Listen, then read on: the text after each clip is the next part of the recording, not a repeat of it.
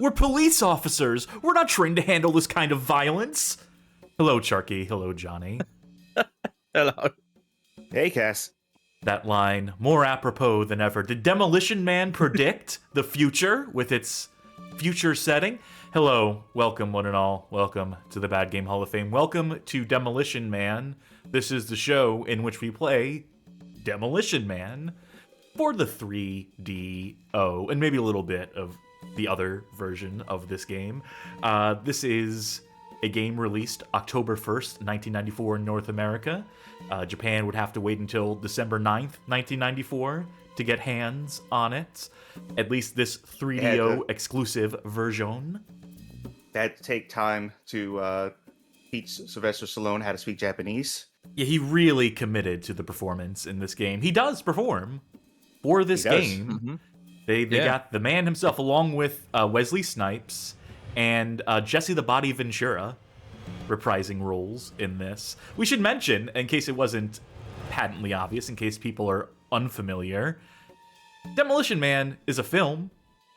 Came out in 1994, or 1993 even. So this game lingered a little long in development, but it was a successful enough film in its time that I suppose people didn't mind the wait. Certainly 3DO owners who were just happy to have anything on their fledgling little console. And so Virgin Interactive saw fit to deliver in this instance with this tie-in.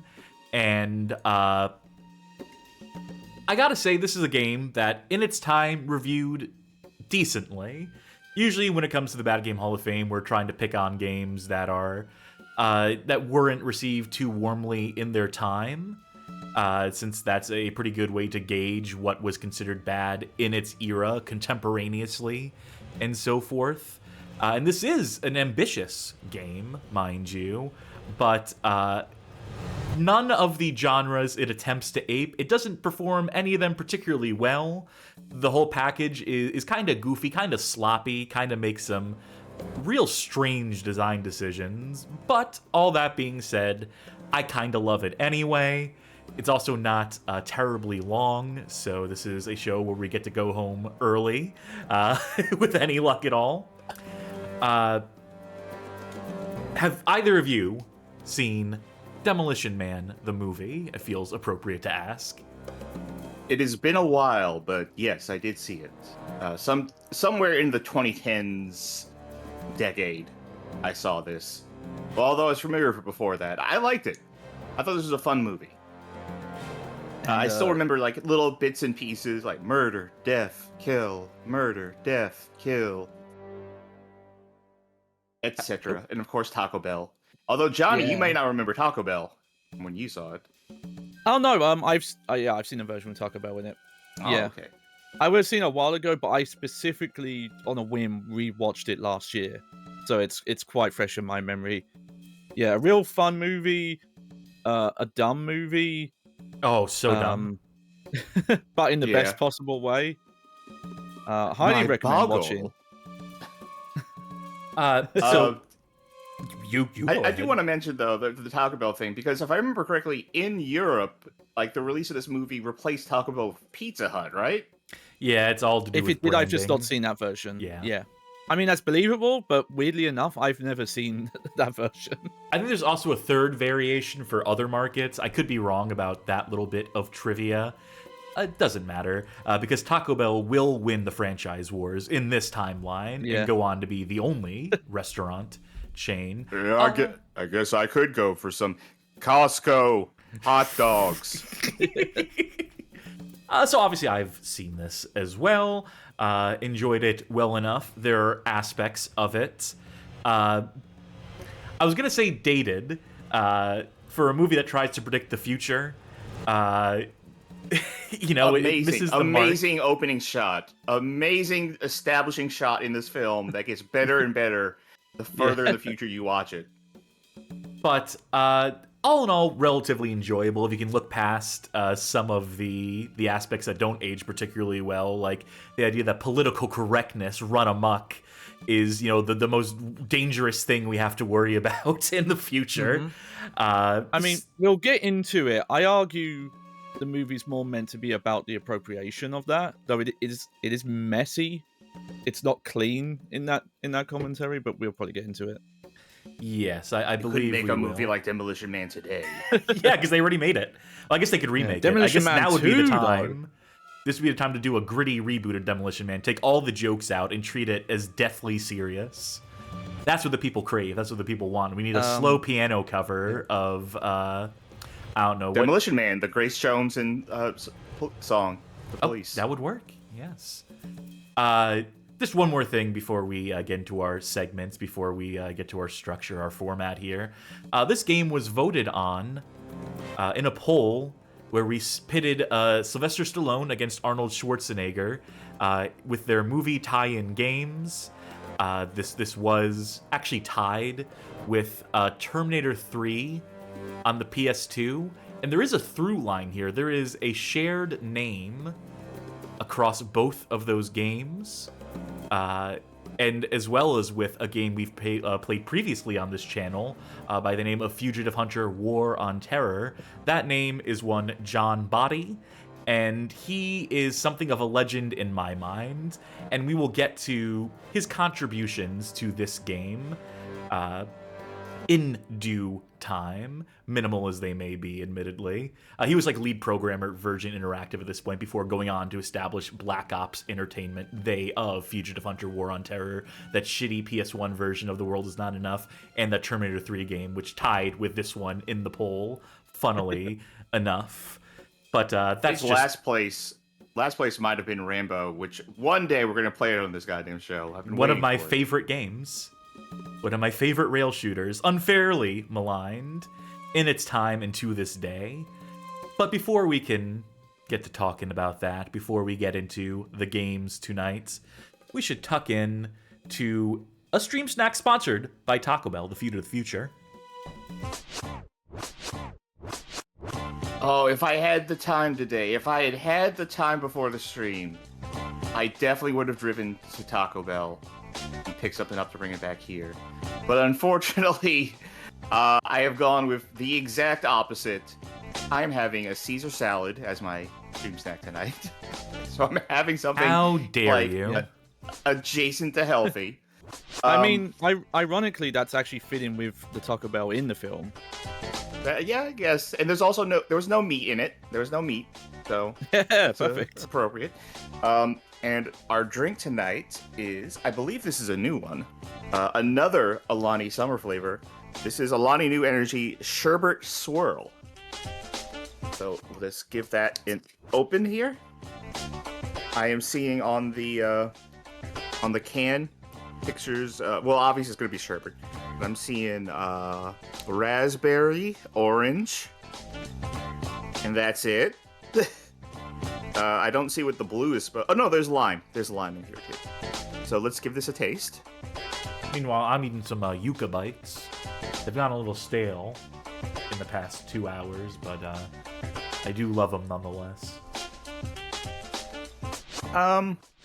This is a little less flavorful, I think, than some of the other Alani drinks, because I feel like Alani kind of comes strong as a flavor generally.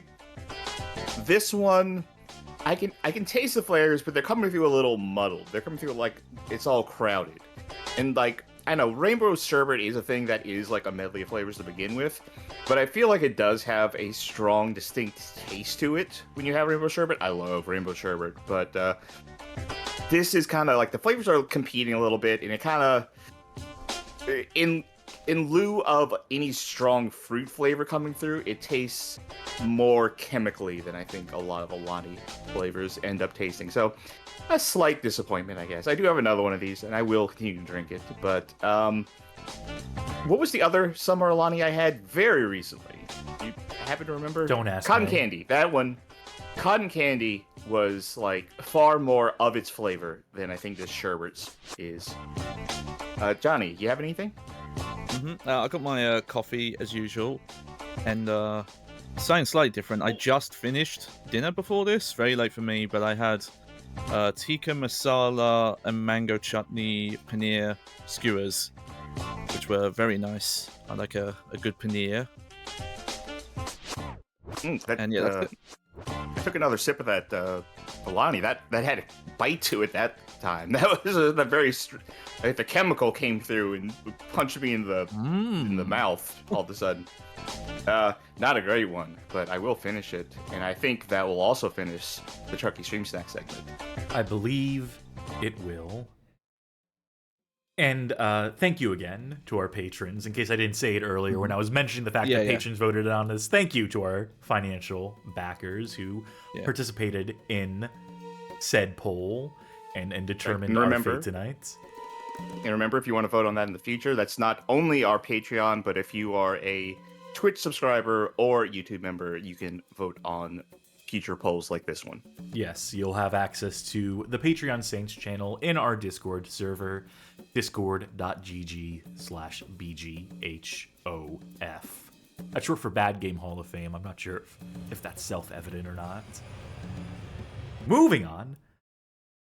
Before we get into the 3DO game, let's get into a different version of the game. Let's get into a later version of the game, a 1995 release of Demolition Man. So there's a version of this game. This is developed by one Alexandria and published by Acclaim across the SNES, the Genesis, and the Sega CD. They are all effectively the same game, but the Sega CD version has that crisp CD audio composed by none other than Tommy Tallarico. So, which means that someone else composed it. Blah, blah, blah, blah. Get your jokes out of the way now. Yep. Tommy! So I've actually played this game. Not to completion, but I have played it. I remember being actually somewhat impressed by it. This, I believe, alternates between top-down shooting and side-scrolling shooting to a somewhat satisfactory extent. We're just gonna play a little bit of it, just to get a baseline for what people expected a video game to look like in the years of our Lord 1994-1995, so that the 3DO version, with all its multimedia, will look that much more impressive by comparison. More! Stop changing the title. Okay, thank you. Settle on one, please. That's a great intro, though.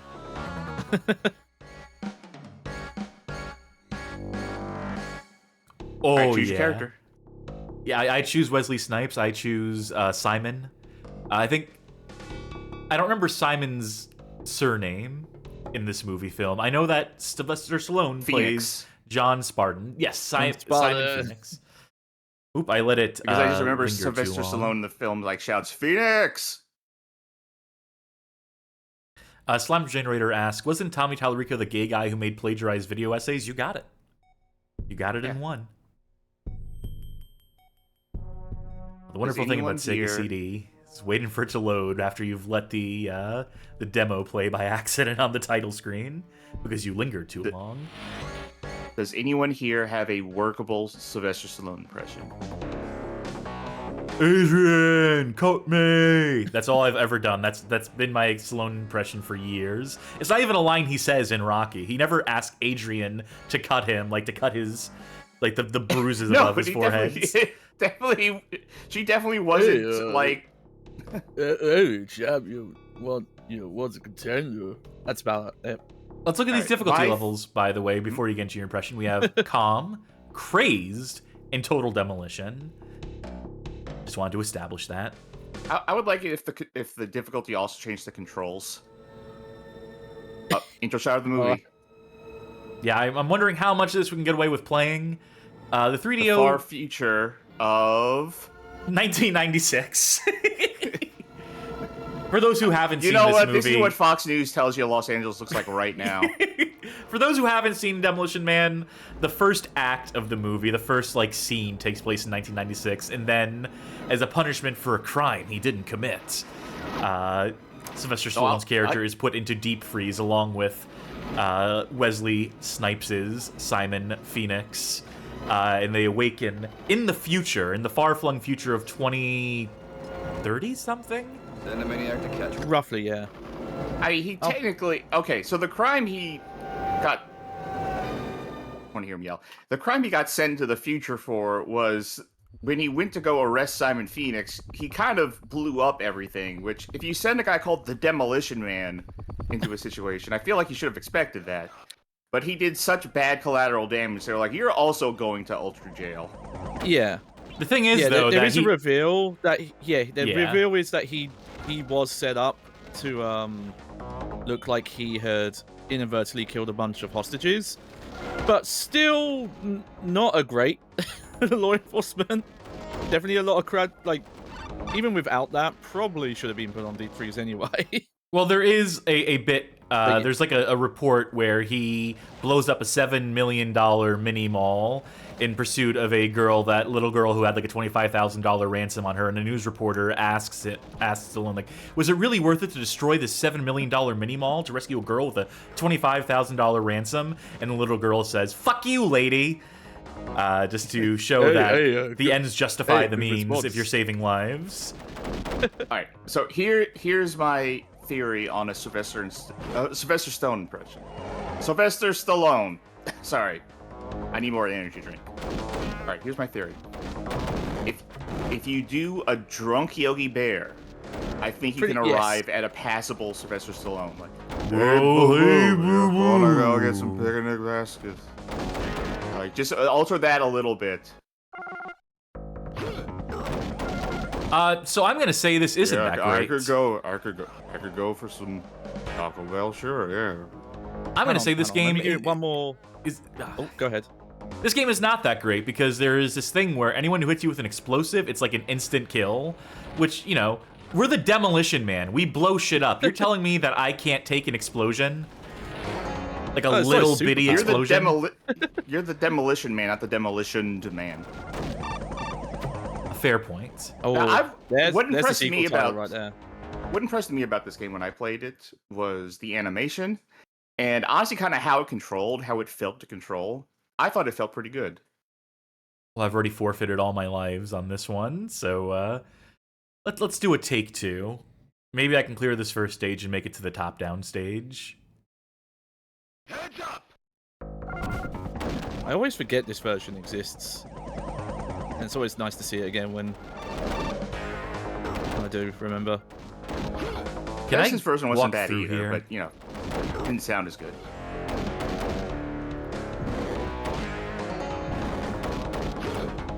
Nice, I see a Sega this. CD game about CD audio. I just want to get through. I guess I had set to go through the other side. I guess that's ultimately what they want me to do here. It's not entirely self-evident.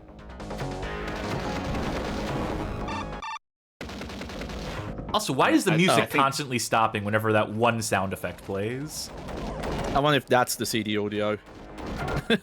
Yeah, put all CD audio on sound effects, none on music. This game is relentless. Yeah, it's hard. Like, it wouldn't be as hard if not for these goddamn explosive shots, which are just unreasonably damaging. Look at that. That's half my health. And this dude is rapid firing this shit. Yeah. How do the grenades work? Like, can you aim them to get an enemy up here?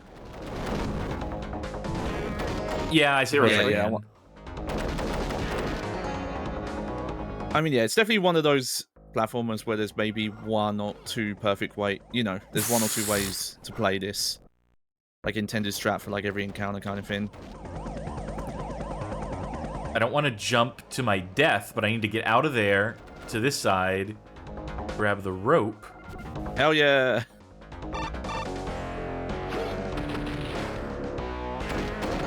Sick music, and it does look nice. Yeah. Thanks, Tommy.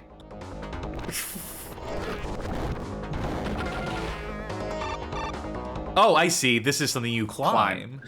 Yeah. It's hard to tell because everything is basically indistinguishable from one another in terms of foreground, background, what's an object that you can walk through and what you can't. The rules kind of change. That'll be more self-apparent in stage 2, granted when the rules change. I mean, this is a multimodal game, even if it's not nearly as multimodal as the game that we're here to see, ostensibly. Oh, there's Wesley. I saw him. That's a stage. And just great video quality as well. Nothing but the best on the Sega CD. Especially really good when it's dark. Who needs more than, what is it, 64 simultaneous colors for FMV video? I can't count that many colors, so, you know. Red, blue, green, yellow, orange. The human eye can Purple. only see 256 colors at a time. That's a little known fact. I've heard people who've made the argument the eye can't see more than 60 frames per second, as if frames per second is a measure of, I'm skipping the scene, by the way, of Hell, retinal I've heard scanning. people argue it's less than that, even. Human Yeah, eye I mean, can it's only... it's not a comparable thing, though. It's not like your eyes don't see in frames per second. By the way, you look great today. Oh, thank you. So now we've been flung into the future. I'm just gonna go ahead and skip again because So, the 3DO game main attraction, I just wanted to see if, yes, here we go. Oh, here we go. Yep. Oh, yeah, and I did confirm the future part of this movie is 2032. So Arnold Schwarzenegger still has some time to become president of the United States. As the movie predicts. Ooh, what is with the shooting in this? Okay, so I press A, Yeah. and it shoots behind. You shoot in the opposite direction of the direction you're moving. Use Is there a other different button? buttons to Oh, shoot. yeah, C. Yeah. Okay, I get it now. No, Strange if way this to was use an a Atari double game, dragon. Yeah. In If a this double was an dragon 2, I Atari game, mean. you'd have. If this was an Atari game, you'd have a point about that being weird, where the one button shoots behind you. But this is a Genesis, or a Mega Drive, or a Sega Mega CD drive. Yeah. I am head to Sat- asking... Oh, Jupiter. go ahead. No, I said my bit. Jupiter. Neptune. I am head for asking what was the LGN game that was kind of like this. That is True Lies, which Yes. was considered for the poll, but I only thought was too good. It may of a well game. be. But was getting the- featured on the LGN Connection. Oh, I should also mention, we played this game before on... Not this game. We played Demolition Man 3DO. We streamed the entirety of it before in a previous version of the stream before we had co-commentators, so it's basically unwatchable in my opinion. I mean, just having to listen to me, Jesus Christ. But we're redoing it here because it's worth it. The frame rate is dying in this game at times. Too many enemies on screen. It's also just too many enemies to deal with. They're relentless. Mm-hmm. Oh, hey, we got a new subscription from a Sharky _ Thank you very much. We have to Thank find Sharky. the answer by ourselves. Simon says you lose. Oh, yeah. That's like if Finney likes to say in the film. Well, Simon before says, you I leave, forgot. you got to say something nice. Banging soundtrack. Looks all right. Especially for like the Genesis. If you're just playing the Genesis version, I believe the graphics in that are fairly comparable to what's here on the Sega CD. Or the SNES version, probably pretty comparable as well. So the presentation, high, and you know, maybe you could master the challenge, the overwhelming amount of enemies and so forth, and play through all 40 minutes worth of content in this game. So it won't take you long to get through it either. So I take that as a plus if you want to. The Car Lover asks, the Genesis version didn't have the top-down shooting segments, right? No, I believe it it did. Yeah. In fact, I'm looking at a screenshot of it right now. Yeah, the Genesis version is the one I actually played, where I said, like, I was impressed by this game. I did play a bit of the Sega CD version, and it's mostly just sounds different, has FMVs. All right. I'm getting the 3DO queued up and ready to go. Sick Porkman says, if you only like the game for the aesthetics, then I guess it's the game for you. I actually think it controls pretty well. I actually liked how it plays in general. It is difficult, though. Oh, 3DO.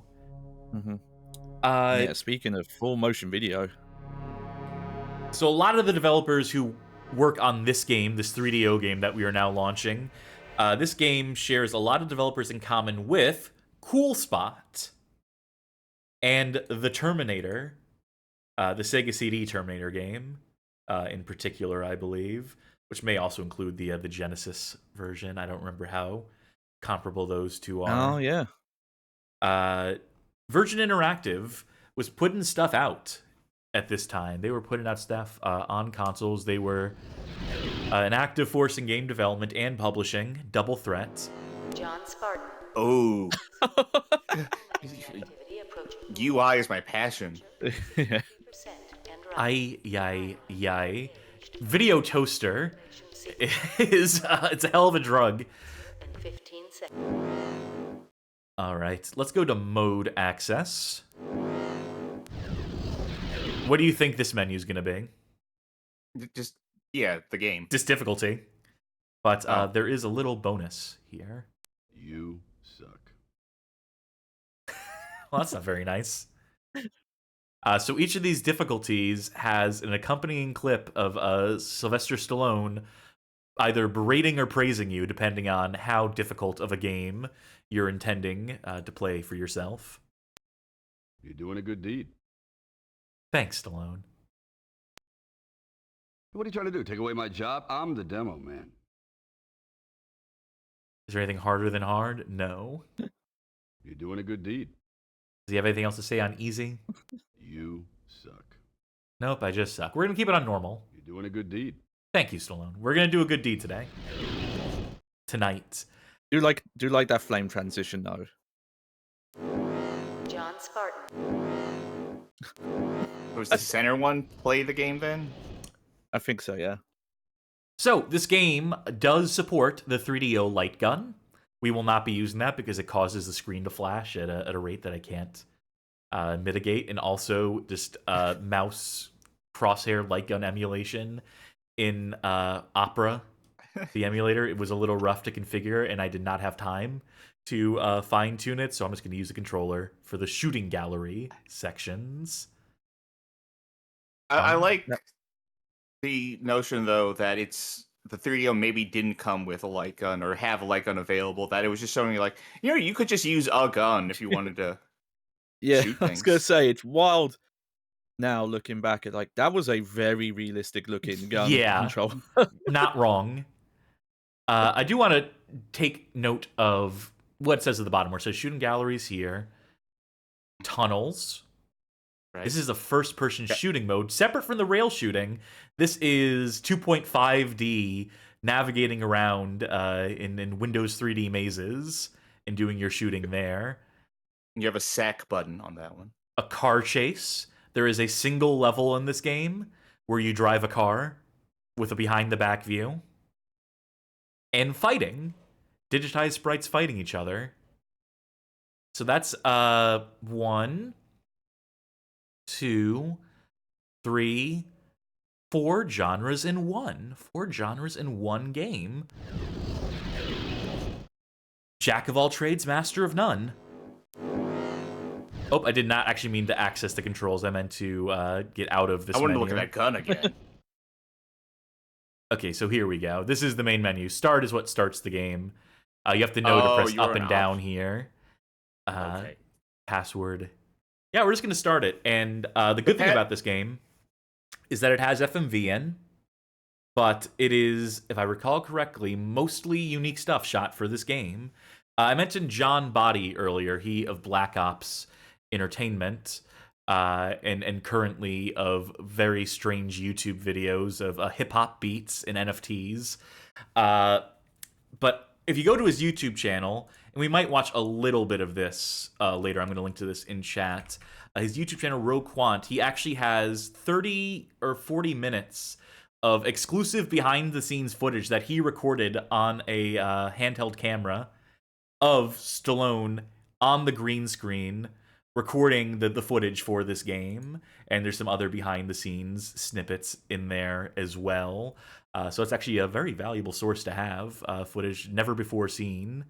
So you can see Stallone on set, getting into his performance, being directed, and so forth. And in that footage comprises the FMVs, much of the digitized sprites that appear in the various sections and genres within this game. Virgin had money to burn. I was thinking that, like, the password system should be clips of Stallone on that green screen, like, voicing his lines and stuff, and you just have to, like, make my video, edit them together to make the password. Make your own version, make your own cut of Demolition Man. Make my movie, Demolition Man edition. If Make My Video took off, then maybe we could have gotten Make My Movie eventually. We could have gotten Demolition Man, the movie, the game, the movie. So sick. So this footage here, there is some movie footage in this. Yes. Night and day compared against the Sega CD footage, isn't it? We have actual colors. I mean, it's still color banded to hell. What can you do? Then the maniac to catch him. Yeah, when his face sometimes just turns into like one shade there. That's the beauty of color depth. Oh, seamless! All right, so I'm hoping at some point we do get to see the original footage they shot for this game, and not just those movie clips. Rail shooting, or more accurately, gallery shooting, because, you know, we're not really moving around much. Like we get two icons of John Spartan here, two status heads. 50 shots in our handgun before we got to reload. Nice big arbitrary number. The extendo Using a on this drum. gun must be wild. He's using a drum barrel for his pistol. Oh, that sound.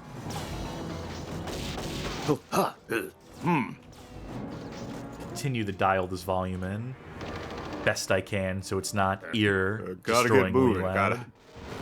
Gotta find somewhere I can stay in the open. I almost have a Stallone on the best of days, and today is one of the worst of days, just so y'all know. That guy on the chestnut ladder, was- you can barely fucking see in the background. That is a problem with the shooting reloading- gallery sections. Is reloading a button, or is reloading moving your cursor all the way down to the bottom of the screen? It is the L button. Okay. Yeah. I'd be not fan of rail shooters where you have to shoot off screen. It's usually not very good for the tracking. Oh, yeah, Simon Phoenix's attack blimp. There we go. Took care of that little problem. Shoot the moon. Bonus pie. Hey, why is there a stat called bonus pie? I'll have to look at that screen again and see what you're either misreading or try to decode what it's. Why do you have a sniff there? Oh my god, that dude is Maybe that's literally a 5 superpower. pixels on screen. There's a guy who stands... This is ridiculous. Yeah. Oh. Yeah, I did not think that was an enemy you just shot there. You're supposed to be playing this on, like, a big screen. Like, this is a movie game, so they want you to rent out a theater. That would be the ideal way to play this. I would play this at the theater if I had my choice of You know that- game. Oh, Oh, wait, I think we get to hear. no, not until No. we run out of all our lives. Oh, okay. You ever see, like, has YouTube ever recommended to you one of those videos where it's like, I rented out an entire theater to play Mario Kart? Yeah, I remember them when the Wii was, like, people playing Wii Sports on movie theater screens was a thing that I've seen happen more than once. How do you even rent out an entire movie theater? Like, who do you call to make, besides the movie theater, but, like, how do you have that conversation with someone like, yeah, you know how your guys are, like, showing films, like, every day? What if, for a while you didn't show a film and you just let me be there? You can rent out a movie theater. They rent them out for, like, I know corporate events obviously you and can. stuff. Yeah. I just don't know, like, okay, watch. Bonus pie. Bonus pot. Bonus pie. Oh my god. I love treadmill shots. Yeah. Is this okay? So this is the green screen footage here, right? This is what Yes. what we saw before. That was movie footage. Ah, finally back to the film. It was pioneering in CGI, that movie.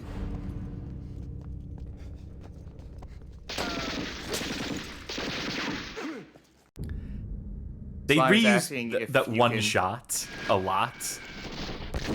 Slime is asking you to purposely game over many times.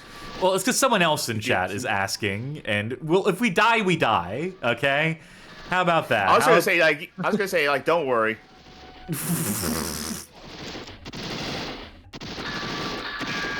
Eventually, I think we get grenades that we can toss. I may be misremembering. I like this game, but it's been a minute. I don't remember everything about every game all the time. Yeah.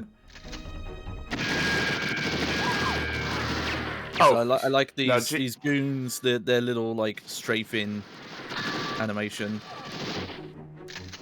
correction, someone else wasn't asking you to game over. They were just saying that there were the things when you game over. I keep forgetting there's a shield button that you can use. It's a temporarily block damage, if I recall how it works. I should never not have shot understood that thing so early. I should not have shot that thing so early. Because those are desperate health. Those are healths that I desperately need for later in this gunfight. These gunfights all go a little long.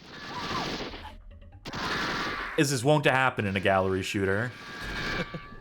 I never understood the logic of the bad guys in gallery shooters and rail shooters for the ones that like get up right an inch in front of you and decide to just stand up and just be like, I'm here now.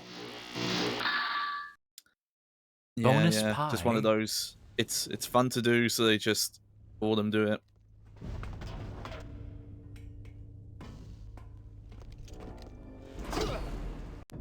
Huh? Not sure what that one was about. Not sure what that scene was meant to establish. Beyond him climbing the stairs.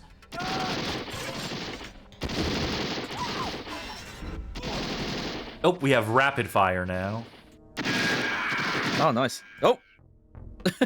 You burned through it pretty quick, though.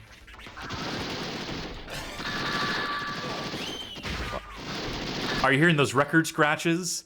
There's a lot of those in the movie. And I swear those are used in the Tony Hawk games that came out after this.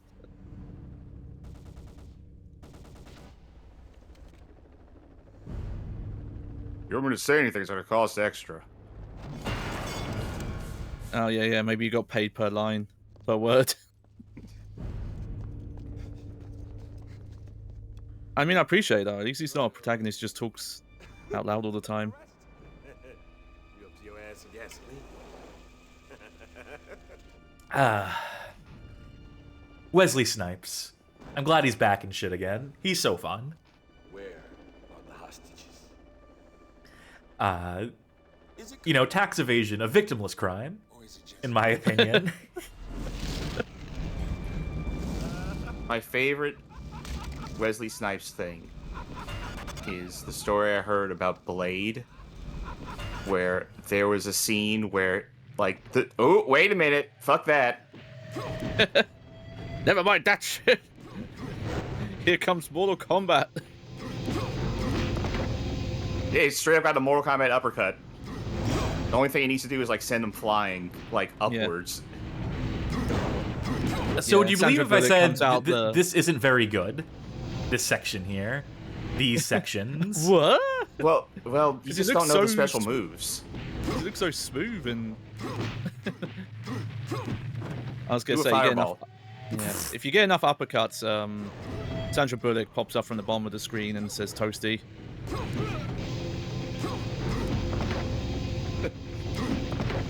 Had enough. Now see if I were the one. Look at my in the icon. producer seat right now.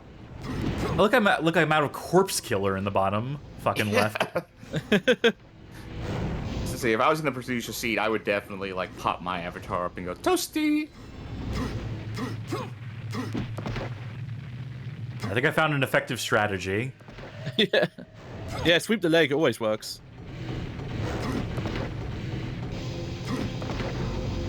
Simon Phoenix, big fan of the Punisher. Oh, look at the portrait. I just realized the portraits have gone Yeah, beat up. that's what Cass was saying about the corpse killer thing. Fuck! I was so close. You were. Mm-hmm. Well, don't worry. We get a So take my- 2 on it.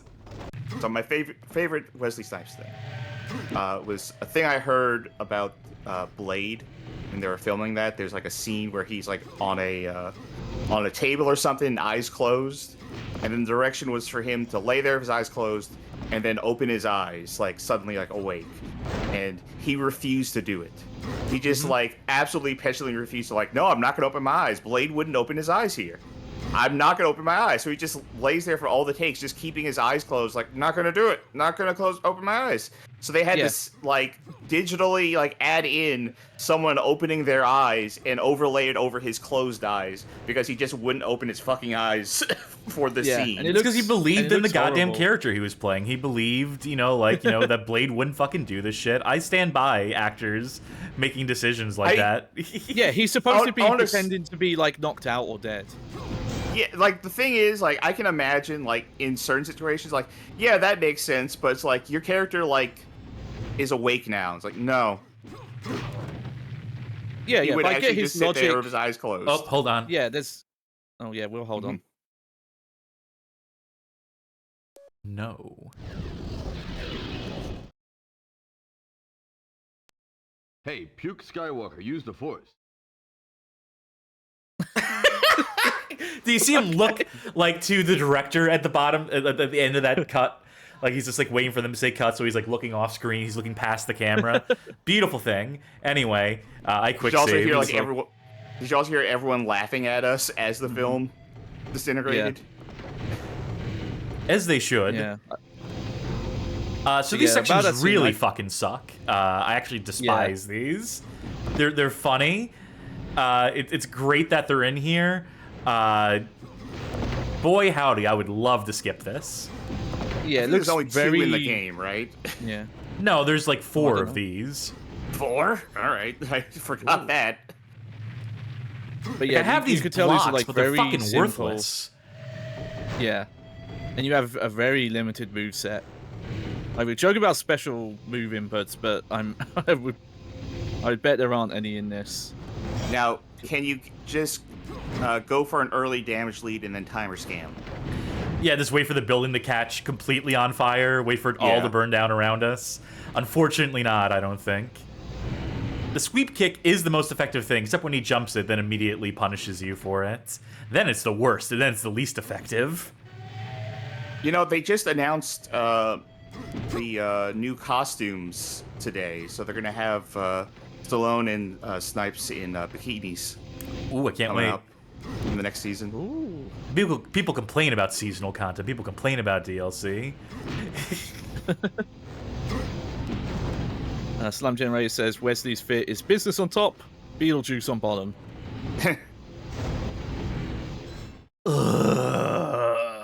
Yeah, no, Wesley Snipes has some real fun 90s fits in the film. Oh, wait a moment. Hey, Puke Skywalker, use the Force. He has more than one. so Yeah, I he does have more than one. It's just that I'm Yeah. doing really bad. Does anyone else want to give this a shot? Y'all have control. I gave simultaneous control to everyone here. So if someone else wants I'd to have- step in and attempt to play a fighting game on the 3DO, Johnny, is your controller plugged in? Because mine is not actually. Yeah, not yet, but if you give me like 30 seconds, I can remedy that. sure.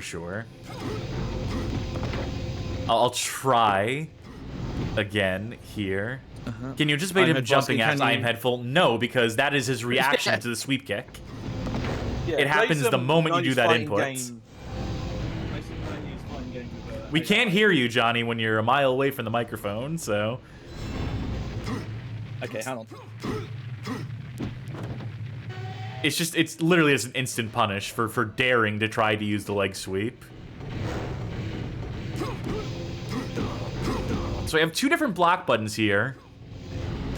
I guess... Oh! Is there parrying? If you block Is it correctly... high and low block? Yes. If you block correctly, if you correctly anticipate high or low, you do an immediate counter. But yeah, you go back and play some old fighting games, find the CPU, and try and anticipate anything they can do when they can just read what buttons you're pressing. Okay, so Johnny, are you ready? Yeah. Okay. So L and R are going to be your block high and low. You should try moving. Actually, You should try buttons. yeah.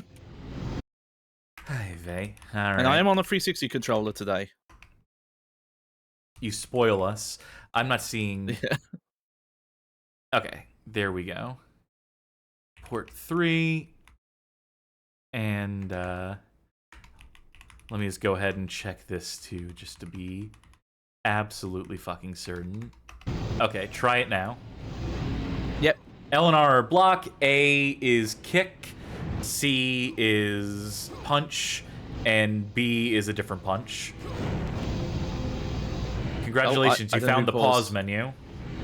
That one, Oh, is it one of the face buttons? Is that why?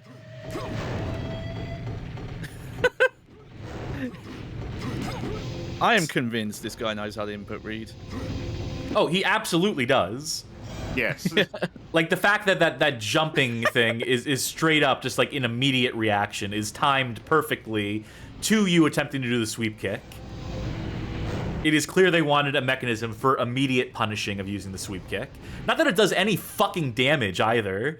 So this whole fighting section is just awful. Yeah, this feels really bad.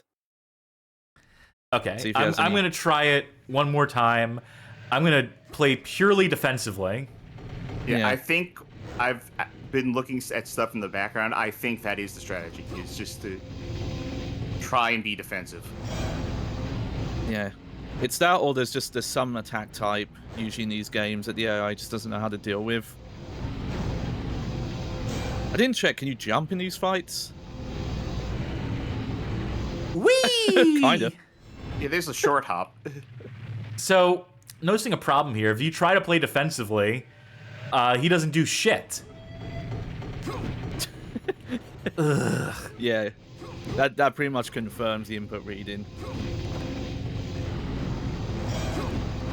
I wonder if I jump some the fighting sweep. games work like that. Yes.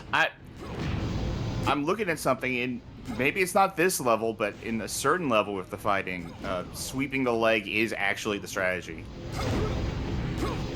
Yeah, they claim he has different AI per level. Ugh. I can't read fighting game, like, I can't read moves on the best of days. And this is not the best of days. I mean, these animations are pretty quick, so besides the sweep, I don't think you're alone there. Hey, look, it's easy. Do a 5P into a 623K. Mm-hmm. And just repeat that. How am I supposed to... 5P. This is brutal. I mean, this run's already... My ass is about to go back to sweeping the fucking leg, because at least, like, I can move him across the street. At least it feels like progress.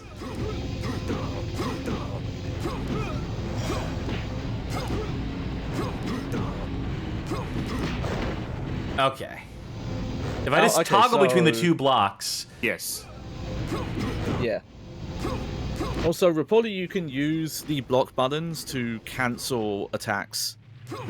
So if you're doing an attack and you realize it's gonna miss, you... Oh, like I have that kind of frame-perfect fucking timing. Like, I can react in real time to shit like that. Oh, thank God. You got him. Hey, I said it. You won. Coincidence? Yes. And now for my just reward.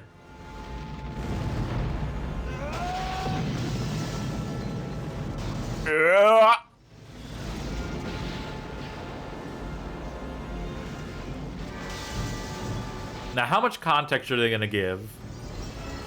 For the cryo, for the deep freeze and so forth. Sergeant Spartan, you've been sentenced to 70 years, sub-zero rehabilitation in the California Cryo-Penitentiary for the involuntary manslaughter of 30 innocent... Now they're given enough.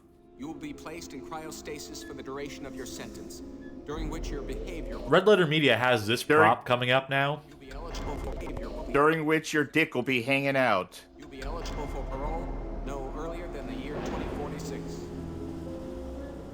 This prop, the rubber mold or sculpt of Stallone, encased in the cryo ooze. Oh wow! I'm surprised someone kept it around for that long.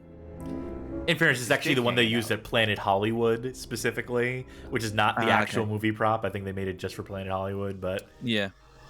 I'll mention because it was only briefly mentioned, but the idea of this punishment is they're supposed to mentally rehabilitate you. So it's not just locking them away and then letting them out and they think they've only been in there a second. They're supposed to be like mentally conditioned to be good. See, I was about to bring that up because like that's a Death, kill. Murder, death, kill. Location, Cryo-Prison parking area. Murder, Death, Kill, now on sale from Shiny Entertainment. Simon, Head to your local Babbage's today. which you have never seen. That's like a thing in Tech War too, where like people get sent to cryo and they just come out, and it's like that seems like a not great thing. If you're trying to be punitive and you're trying to like punish people, having them get really cold and then wake up like, okay, I know it feels like no time has passed, but a lot of time has passed. Welcome back to society. Yeah, well, I mean, and long term that would mess you up. Like, imagine you just cease to exist for like a couple of decades, and it's like, okay, now you have to deal with whatever laws have changed, tax, anyone you use, like, if they're still around. I think the idea of like, I think the idea is that the experience of jail is supposed to be a form of reform, that it's supposed to make you stop, consider things, which, you know, we can get into a whole conversation about prison reform and like how that, and how, you know, actual rehabilitation works, but we're not going to. But the idea of like, you just skip that and go like, wakey wakey, it's time to be a criminal again. Welcome to the Hall of Violence. Give me 10 minutes. Wait here. Give me 10 minutes. oh, Wait here, give me 10 minutes. might be some imperfect emulation going on here, but what can you do?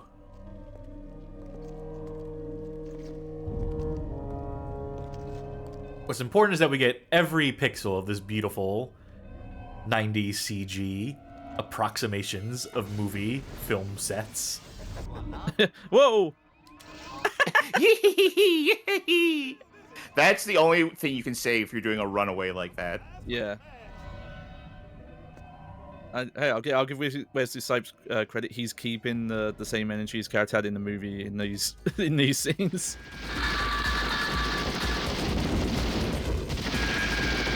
So this is a combat puzzle of sorts, which is to say that we're not actually trying to shoot Phoenix, we're just trying to shoot things that he's taking cover behind and activating in the room. I'll take cover behind this bomb. Didn't work, huh? I'll take cover behind this bomb. Huh.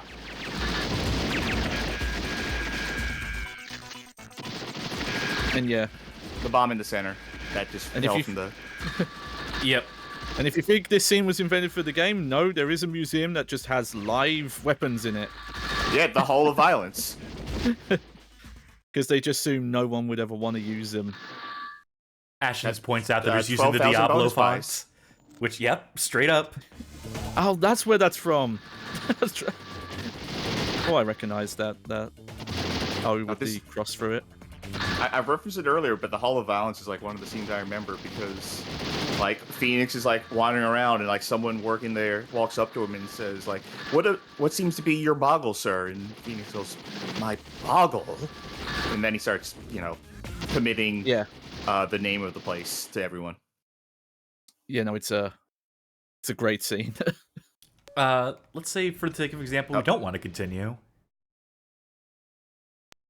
Hey, Puke Skywalker, use the Force. Man, we Do you keep know what? getting... Is it random or is it you get the first time you get Puke, and then the second time you get a different one. Well, the thing is, that's saying no, don't continue the game. So you wouldn't get another one. Unless you started over. That's true. Yeah.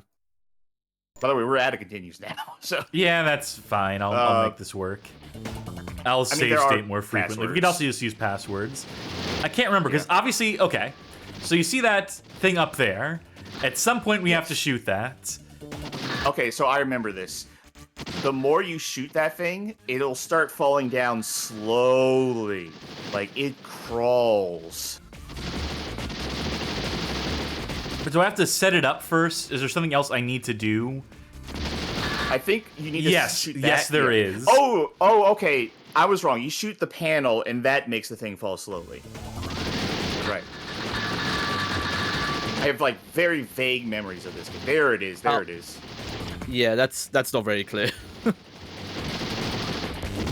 Someone in chat way earlier said that they saw the Spoony review of this game, and that is where I first saw this game too. Same for me. Which is fun learning there was a driving section in this game, because I'm pretty sure that review does not mention that. I think it does. I actually went back while we were talking. I went back while we were talking to look at bits of it to see how he explained doing the fighting sections. Ugh.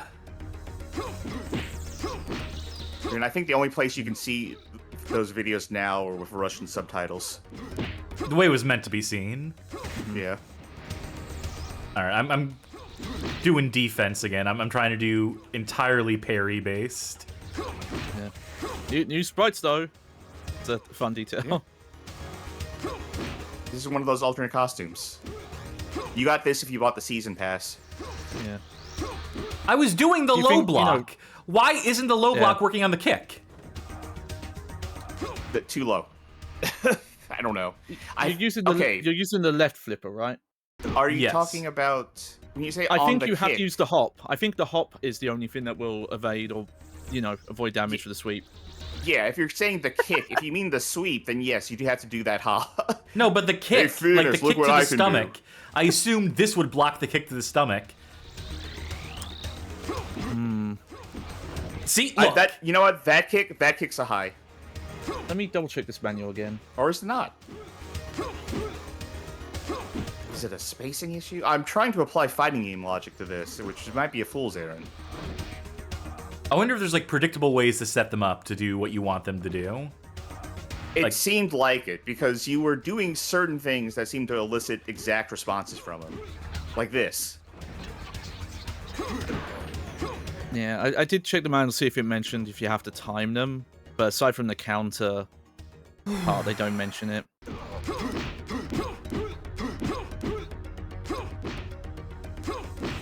These are such bad animations to try and read. Yeah. This might be a thing where... Huh. I have an idea. Do you want to try? Yeah, I gave a button input choice here to have some. All right, here you go. Let me... Come on. Controller. No, I don't have control. Awesome.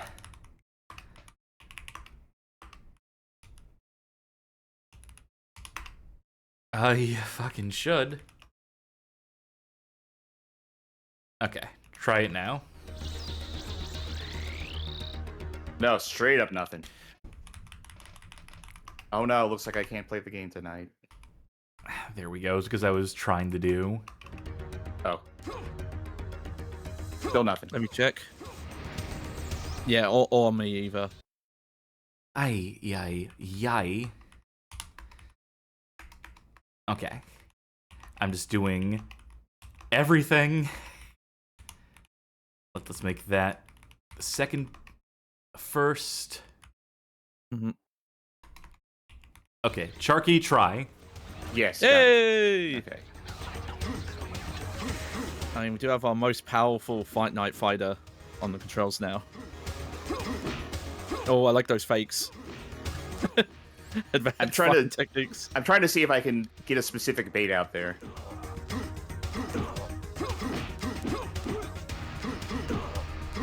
By Jove, I think they've got it. Stallone grunting like Doom guy finding a push wall. Yeah. So, if I can talk about game design for a second while you're doing this. There, got it. Your Thank turn. you. Again, I get why this game jumps between genres in the way it does. I get that they're trying to show off.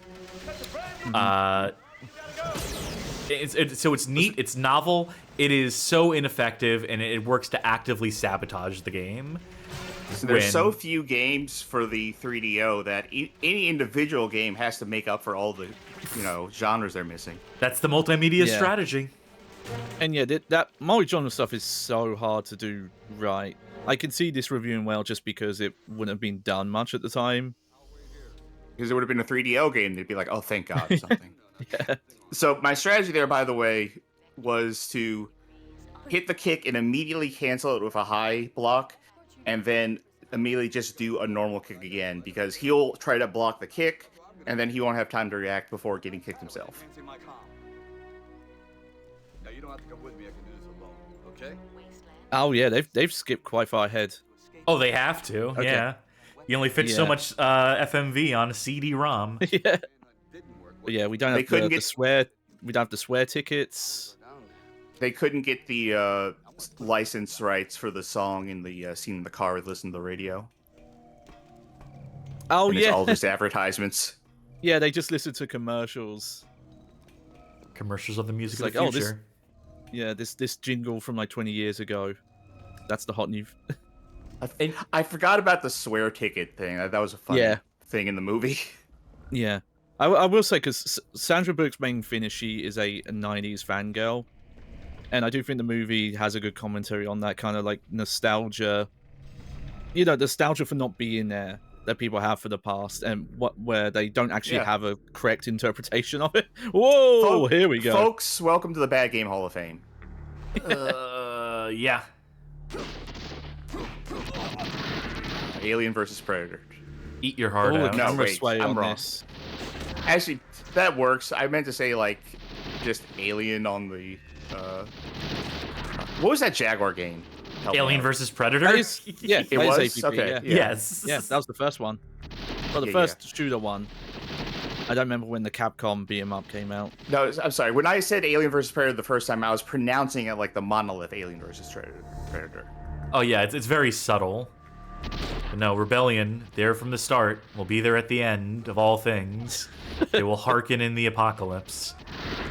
My mortal enemies.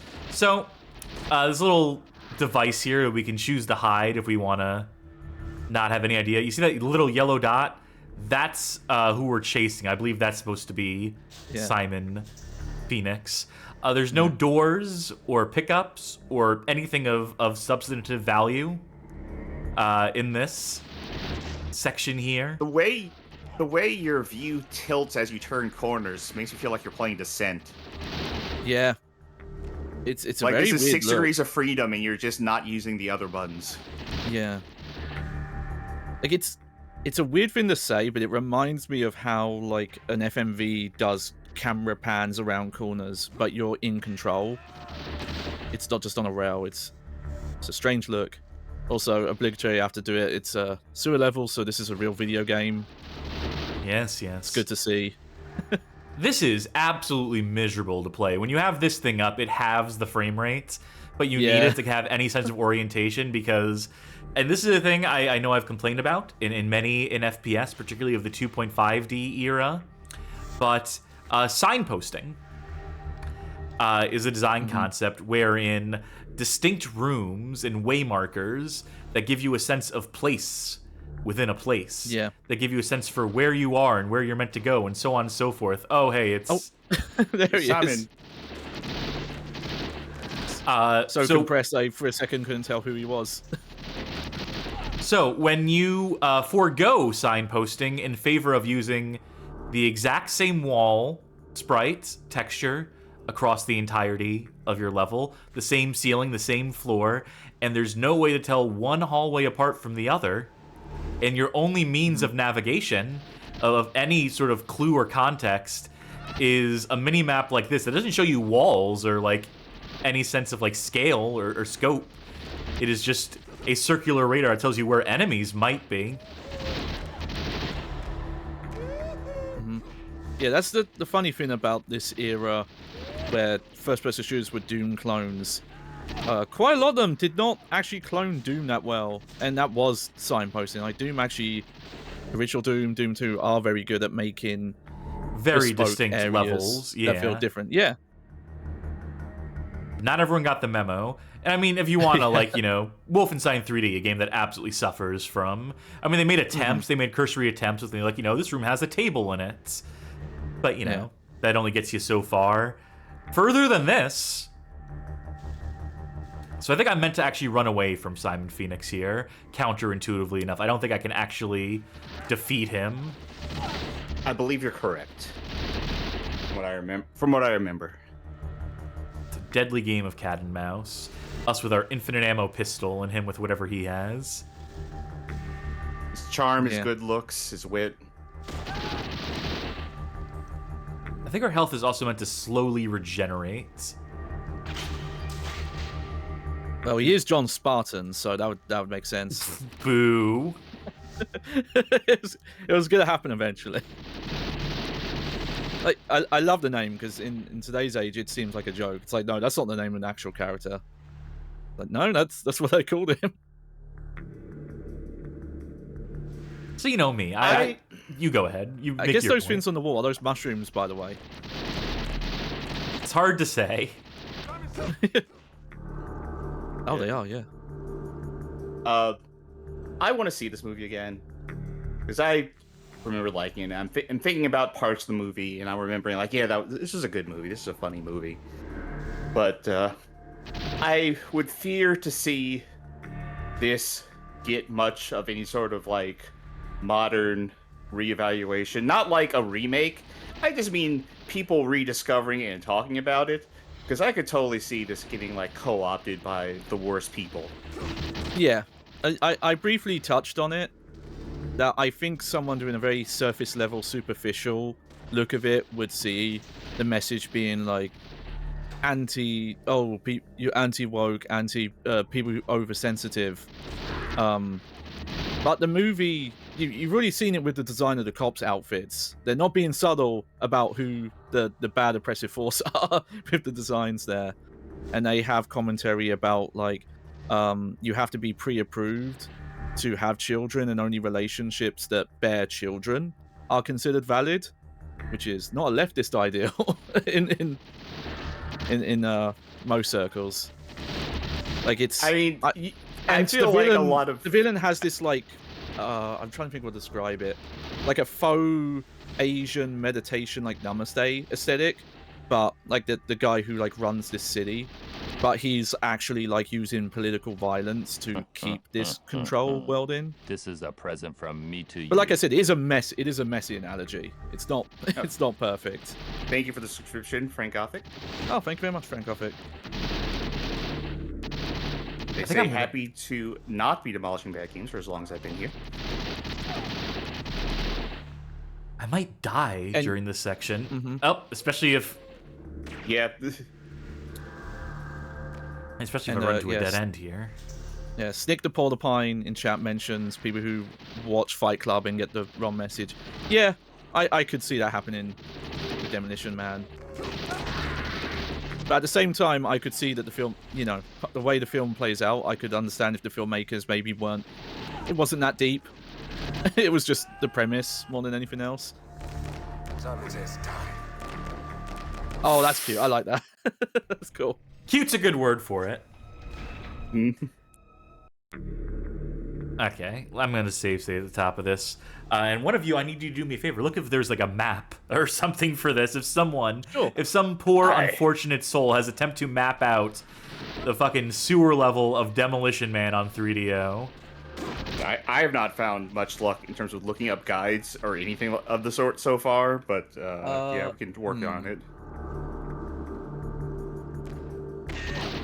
Because if not, I'll just keep banging my head against it, and eventually... But to the point I was going to make earlier, just about, you know, approaching and appropriating all these different genres and trying to be the Uber game, the every game in one, and, you know, the philosophy of a jack of all trades, master of none. And, you know, sometimes I respect the ambition, certainly. I respect the intention. I respect probably what guidelines the 3DO company, who were very hands-on, like, when it came to games they were publishing, games they were authorizing for the 3DO consoles and all its varieties. The 3DO company was running, like, constant checks on the studios that signed up to have 3DO dev kits. And a game like this, which obviously had a lot of money behind it, enough money to get Stallone on set for a day, and it was just a day that they filmed all this footage, is the impression that I get from John Body's upload.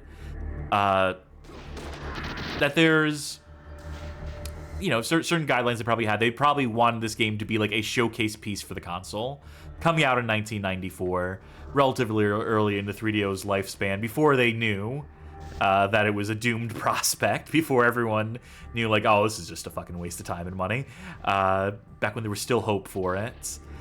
And just not appreciating that you really need to focus in on, like, one or two things in a game of this sort that is attempting to ape an action movie. The fucking Sega CD game did just fine by having two types of gameplay modality in it. Yeah, and you know, still the same genre type. So I do have good and bad news for you, Cass. I did find a map. Okay. But you're gonna have to look at the link in Stream Team to see what it is. I'll look first while Cass plays. Yeah, you look, Sharky. This is gonna be a...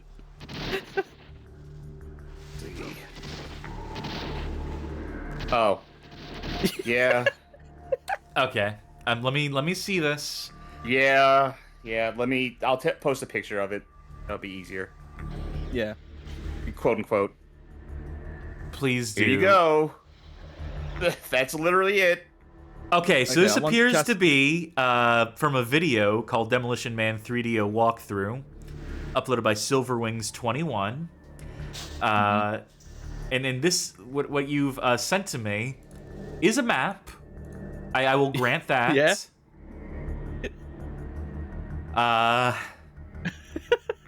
This is the only thing I found. Everything else was stuff for the Genesis game. They couldn't even break out the graph paper for this shit. I mean, come on. We all know that you do this shit on graph paper, not on just, like, fucking computer paper. But this still. path go Amy all poured in a storm. Yeah. Red Evac I do love that, Ceviche? What does any of this shit say? What is any of this notation? Where do you start? Go all down then. So the exit is the one on the left. So start is in the lower right. Well, we've already completely blown it because, you know, I've been playing the game. Yeah. Most of the main text I can't tell is, the red something.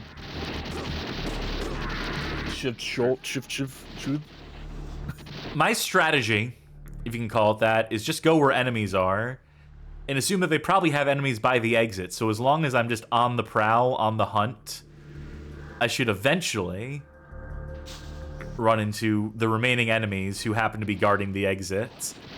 And hopefully the exit will be clearly indicated with something like the word exit written on it. But we are probably not that lucky. Pro Striker in chat suggesting this should be the next Night Dive remaster. And then knock it in. No, I'd love that. I think if...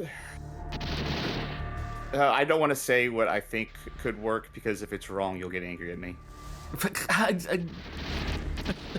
You can at least suggest it. I think if from the top, if you lose again, that maybe if you follow this maze by hugging the right side from the start, that you would eventually get there. I'm just looking at how this is laid out. And I think by following to the right side of the wall, that you would hit the fewest dead ends. Let me start doing it now, just to... Oh, dead end. Wait, was this the start of the level? Did I come back around to the start of the level, perhaps? I would have no way to tell because Yeah. everything looks the same. Okay, good. Yeah, Shocker, you did get the full map on screen shot.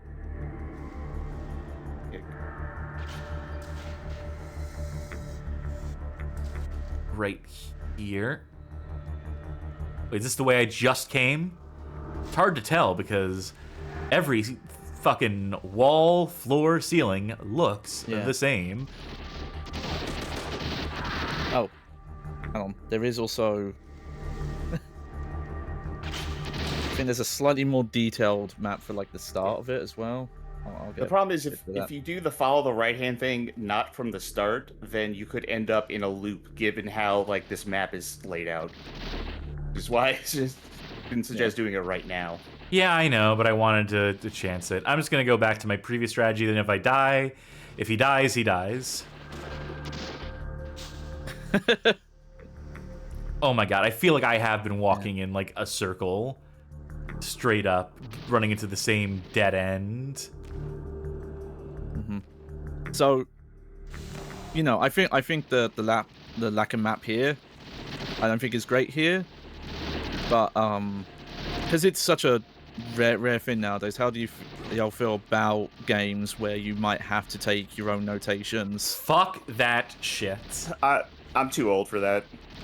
It's like I had more patience for it when I was young. I am 30 or 40 years old. Depending on the day. Yeah. Yeah.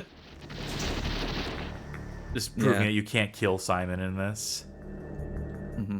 Yeah, I am mostly like that, but there are some games, I think if they're older, I don't mind it. When I first... So, like, Silent Hill 2's, like, hard riddle, I hadn't done until, like, a couple years ago. And I used notes there just to kind of help logic stuff out. And I didn't mind it there because that's, like, an intentional challenge you're putting on it. But, for example, there's the last level in Silent Hill 1 where they don't give you a map, and I hate that part. I get so lost. And I wouldn't want to make my own map for that because it's all impossible space shit. I know people who really enjoy that process, who really love playing cartographer, but couldn't be me. Yeah. Never has been, never will be. Breaking news, beep, beep, beep, beep, beep, beep, beep, beep. Just announced by Arc System Works while we were streaming, there's a new Bubble Bobble coming out. Great. I was getting excited. Dungeons. I thought they were going to make a Demolition Man fighting game for a second. No, they're making a Bubble Bobble fighting game. Okay, that's good, I guess. It's not what I want, though.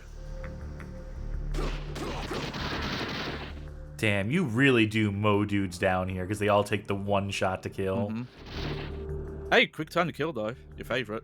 That is true. You know what? I'm coming back around on. I feel like I've made a wrong turn.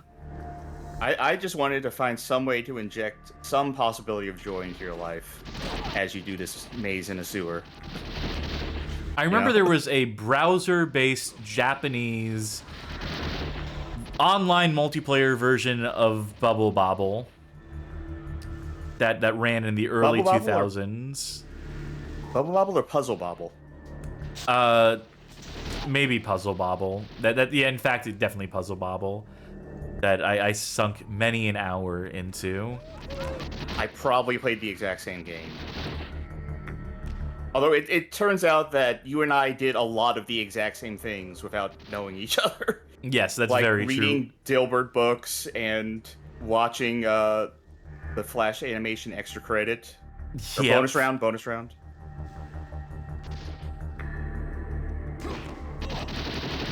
I missed a spot there. Maybe that means... Fuck.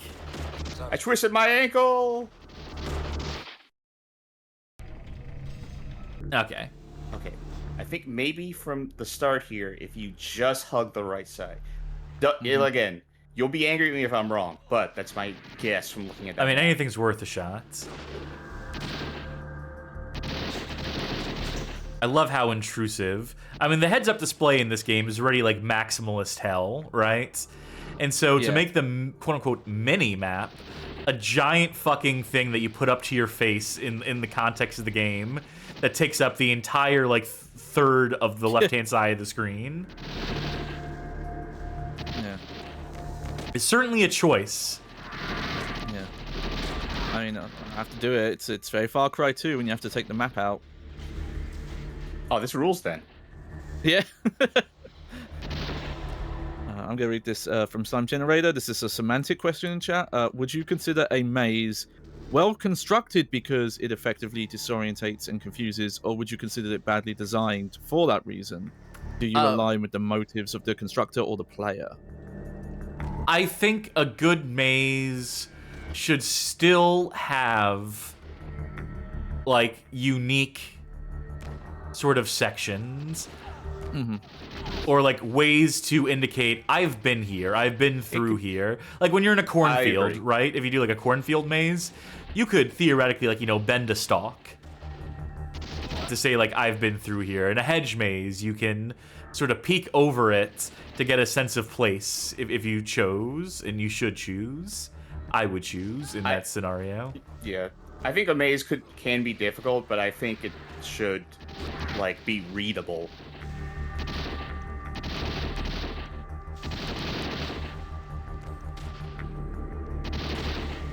Alright, continuing to hug the right. Although this thing is kind of so hard to read that you might have missed a right at some point, but I'm not sure. It's entirely possible. Yeah, I did check some alternative avenues. Sadly, speedrun.com does not have any guides. Oh. So we've gone to the primary source here, the Sylvester Stallone himself? best source, yeah. Yeah, I more meant like the best source, not the primary source. Oh, they're shooting me through the wall. That's awesome. There's like a pixel gap in that wall that they were able to shoot me through. Pipe work. In short time, your fate will be sealed. How did we wait Took y'all this long long? enough. How did someone wait that long to activate the Solve My Maze? I like that it builds anticipation. And we're back on the right track.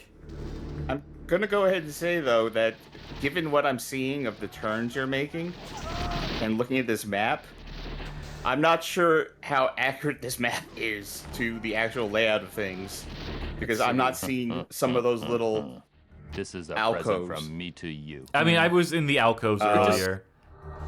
You did do a Thank big you for the subscription, Magic Meows. This is hell. I could be wrong. I think you might be in the top left corner right now. Yeah, I have no ability to mentally map this as I'm playing it. You know, this was a before me stream too, right? Yeah, which means I So just brute theoretically, forced it. you had the answers back then.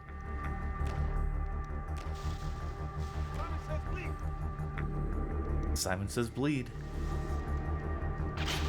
Simon says solve my maze. Okay. Simon, So- say relax.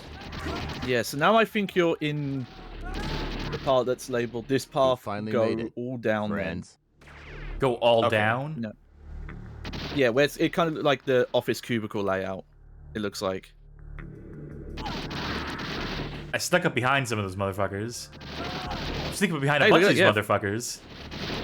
Hey, that's cool. Back-facing sprites. Not all Doom conversions at this point in time had those. Oh, Simon stole my ass. Thank you for the raid, Arbitrary Water. You've caught us Yeah, in a welcome, Raiders. nightmarish Thank you. scenario. You and your raiders. They ask, "Are we winning?" I mean, we were making progress. Yeah.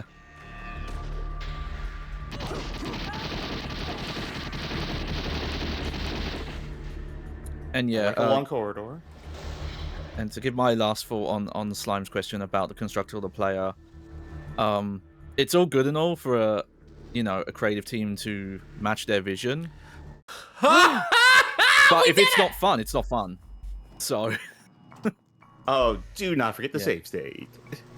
But again, thank you again, SilverWinds21, for being, I think, the only person who's maybe made a map for that section. I think it helped. We have to find the answer by ourselves. Say something nice. Say something Y'all nice. first. Okay. You know what? I love dedication to digitized actors. I love to see it.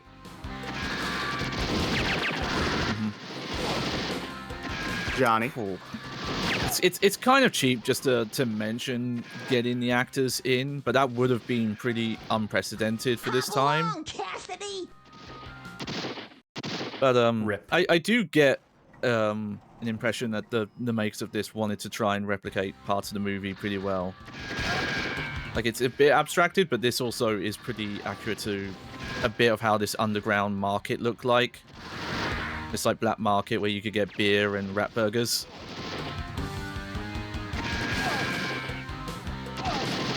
Which in the movie was not a shootout scene. They did not fight in the underground. But you know, you gotta gamify. Yeah, not a full scene. I think like 1 or 2 shots gets happened. I'm liking this music as well. Think Tommy Tallarico. Does that mean we're going up? Let's go blow this guy.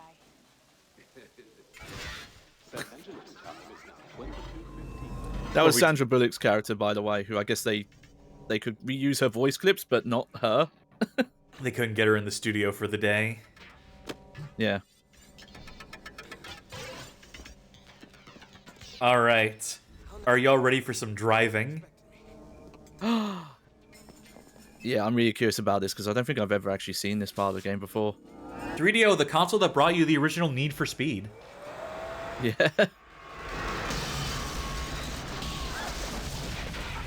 Okay, now what? Buckle up.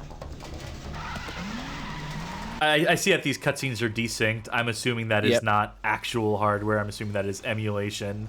Maybe some setting or something. But also, it probably helps to desync it for the copyright avoidance. You know what? I can actually check that. You're going to load up Because- Demolition Man on your 3DO right now? Not quite. No, the SilverWinds playthrough is on real hardware. Ooh, there you go. I forget about the car chase scene in this movie. It's not a particularly great car chase. You want a good car chase? You want the best car chase in a movie? Ronin. You want one of the best movies of all time? Ronin. Yeah. The syncing is not great in the original, but it's definitely worse here. So that is emulation, most likely. Oh, do you know what this reminds me of? That Batman Sega CD game that Yes. had driving segments. So the number in the bottom right is distance away from our target car. I believe there's a secret to this. Is it this? Is it what you're doing? Not that. Though I just really like the do fact want to we blow have the to worry car up. about. Yeah, I like we have to worry about fuel though. I guess that's sort of like your time limit on the level more than anything else. It's problem with these old '90s cars. Just 1 mile to 50 gallon, I guess. This is the video game flashlight of video game cars. Just no lasting ability to move or do anything. I'm gonna say though, like really good sound design on this. Like this seems really early to do, this Doppler passing traffic stuff. I mean, they're definitely spoofing it. It's definitely like a effect as you pass by the vehicle. It has like the Doppler. It's not like actually like real positional audio or anything. Sure, yeah, but like it's for 94. It's attention to detail I wouldn't expect.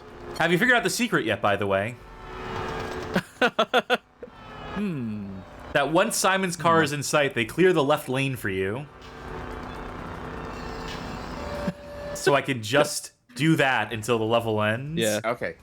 Now, All right. bad news. This is the one. More fighting. This is the one. Sweep the legs.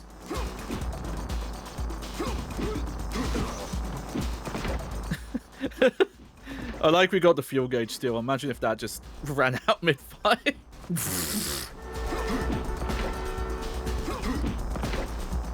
Yep, found it.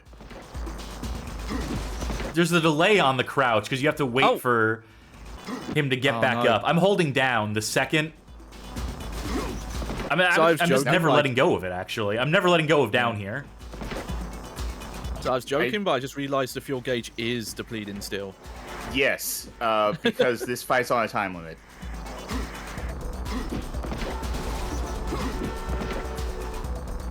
Yeah, if you faff about in this fight and you don't, like, actually consistently do damage to him, you're gonna run out of gas.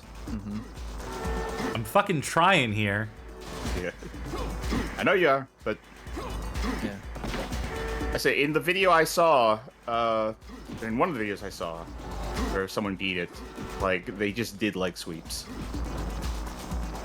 Maybe I burnt too much gas going into the fight by constantly accelerating during the chase sequence. Yeah, that might be the case.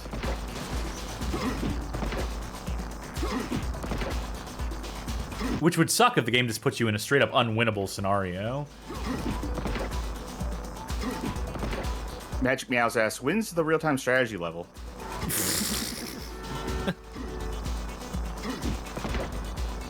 Oh, come on, we're so close.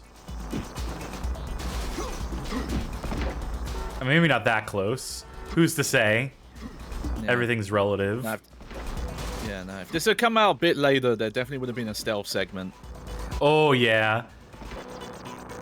This game was intended to come to the PS1. This version of the game specifically, I believe. Yeah, Virgin Interactive had designs on doing a PS1 conversion or a straight up new version. Oh my god!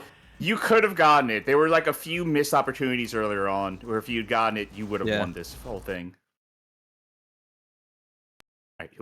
Come on, is this the best you can do? Wow, words hurt, Stallone. I know that he actually does have two distinct use the force lines. This actually... Oh, never mind. Yeah, I just realized you save state.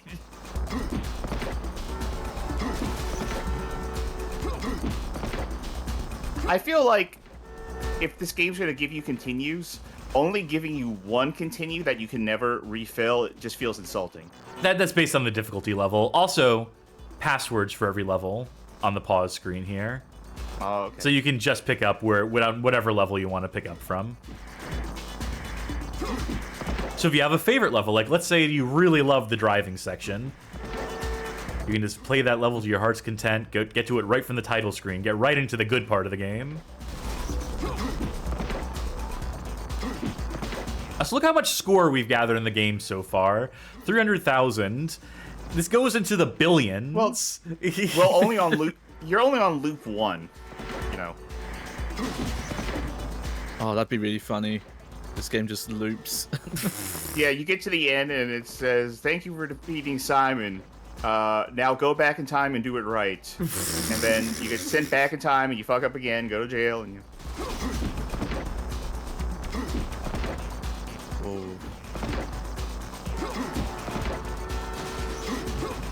I tried to do an uppercut just to mix it up, and... What the hell? Okay, I'm looking at the codes, right? Okay, no, this makes more sense. Because there's a debug menu you can unlock. And one of the codes is to display the password select screen. I'm like, why is there a code for that? You could go to the password select, because it's a debug, I guess. I don't want to promise anything, right? I don't want to promise... Oh, you got it. Good job.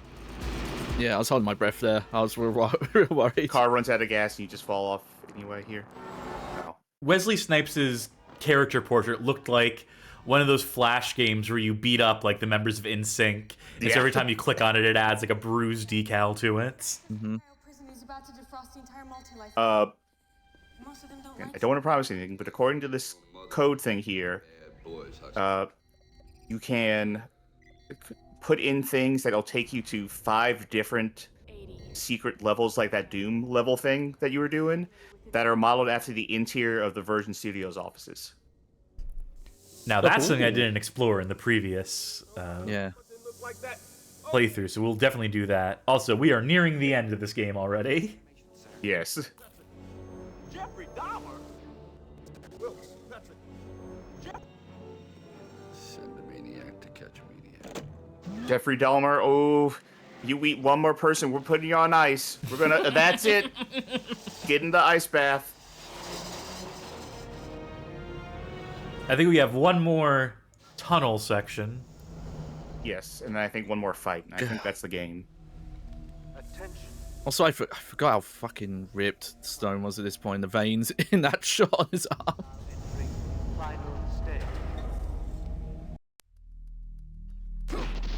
Oh. Okay. All right. Any hot tips for me here? Oh, Johnny, I assume you're looking at that video again. Yeah, I'm gonna double check. Yeah. They start me in the middle of a four-way intersection here.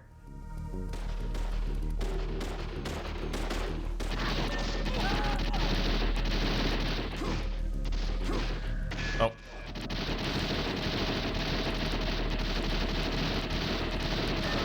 And I started blasting and I never stopped. Yeah, unfortunately, I believe they did have a map. I don't think they showed it. Keeping that to himself. That's for the patrons for his channel.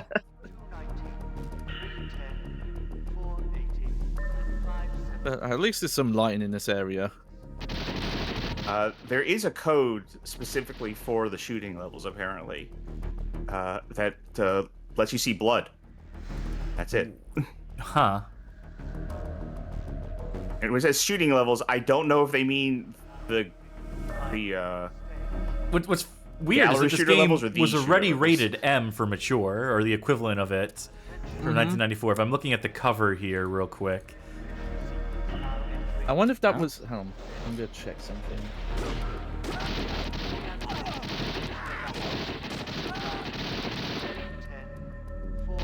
I mean, I could be wrong about that. I just remembered. I vaguely Rated M remembered something for like movie clips. Yeah, I was trying to see if it was one of those like adult codes where it's only in the manual, but I couldn't find it. Because I remember that being a thing at the time where some games would have their like, you know, mature versions. You'd have to intentionally put in a code to kind of verify your age. It was Mortal kind of Kombat on the Genesis. Yeah. Kind of a strange code. Again, there's no need to do it because it would just be red splotches on the screen. But it says at the title screen, hold R and rotate the D-pad clockwise just over and over again.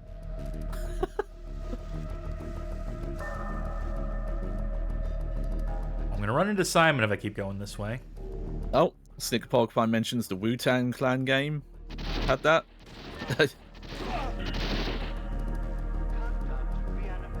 We'll get to that game one of these days, by the way. Oh yeah. And we'll have to play a little bit of the Thrill Kill prototype. Thrill Kill. Yeah. Are you thinking that as its own stream, or are you thinking that as Fight Night? It's own stream because it has a story mode in it of sorts. Mm-hmm. Yeah. Yeah, that's what I was wondering about. Bless you. Thank you.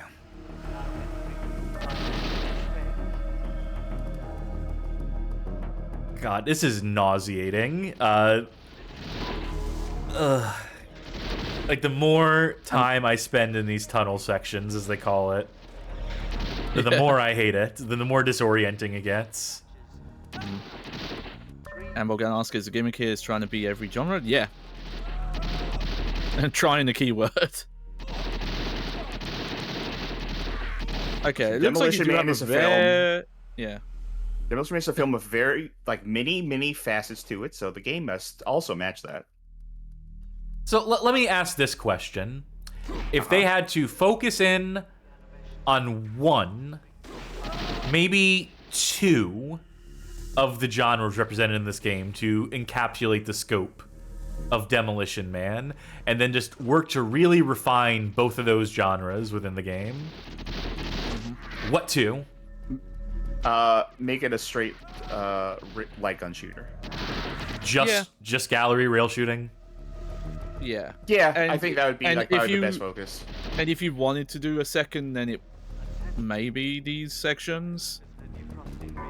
But yeah. I would excise these sections, to be honest. Like, Yeah, but of like all if the this things, is if this is like this also because of a technical limit, like they couldn't have gotten more juice out of it and more complexity, then definitely cut these. Yeah, I I would think within the like limits of the these for sure. 3DO. Yeah. But you know, the whole thing with the 3DO version of Doom, shouts to Burger Becky, is that was made under duress in very terrible circumstances. Read our So that article, system, badgamehallofame.com/doom-3do. Also listen to our interview with Becky, where she retells the story for us and shit talks one Randy Scott, much to my delight. Yes. Yeah, highly recommend it because it's a fascinating story. But yeah, like in theory, the 3DO could have run that version better. And whereas this is, again, this is on the complexity of Wolfenstein 3D. I think Yeah, I just would think have gone in if they wanted to hone in on anything, I think they should have just made this like a rail shooter or a gallery shooter. I would say the gallery shooting and the fighting. As much as I dislike the fighting, there's enough fisticuffs fights in the movie that they could That's true, have. yeah.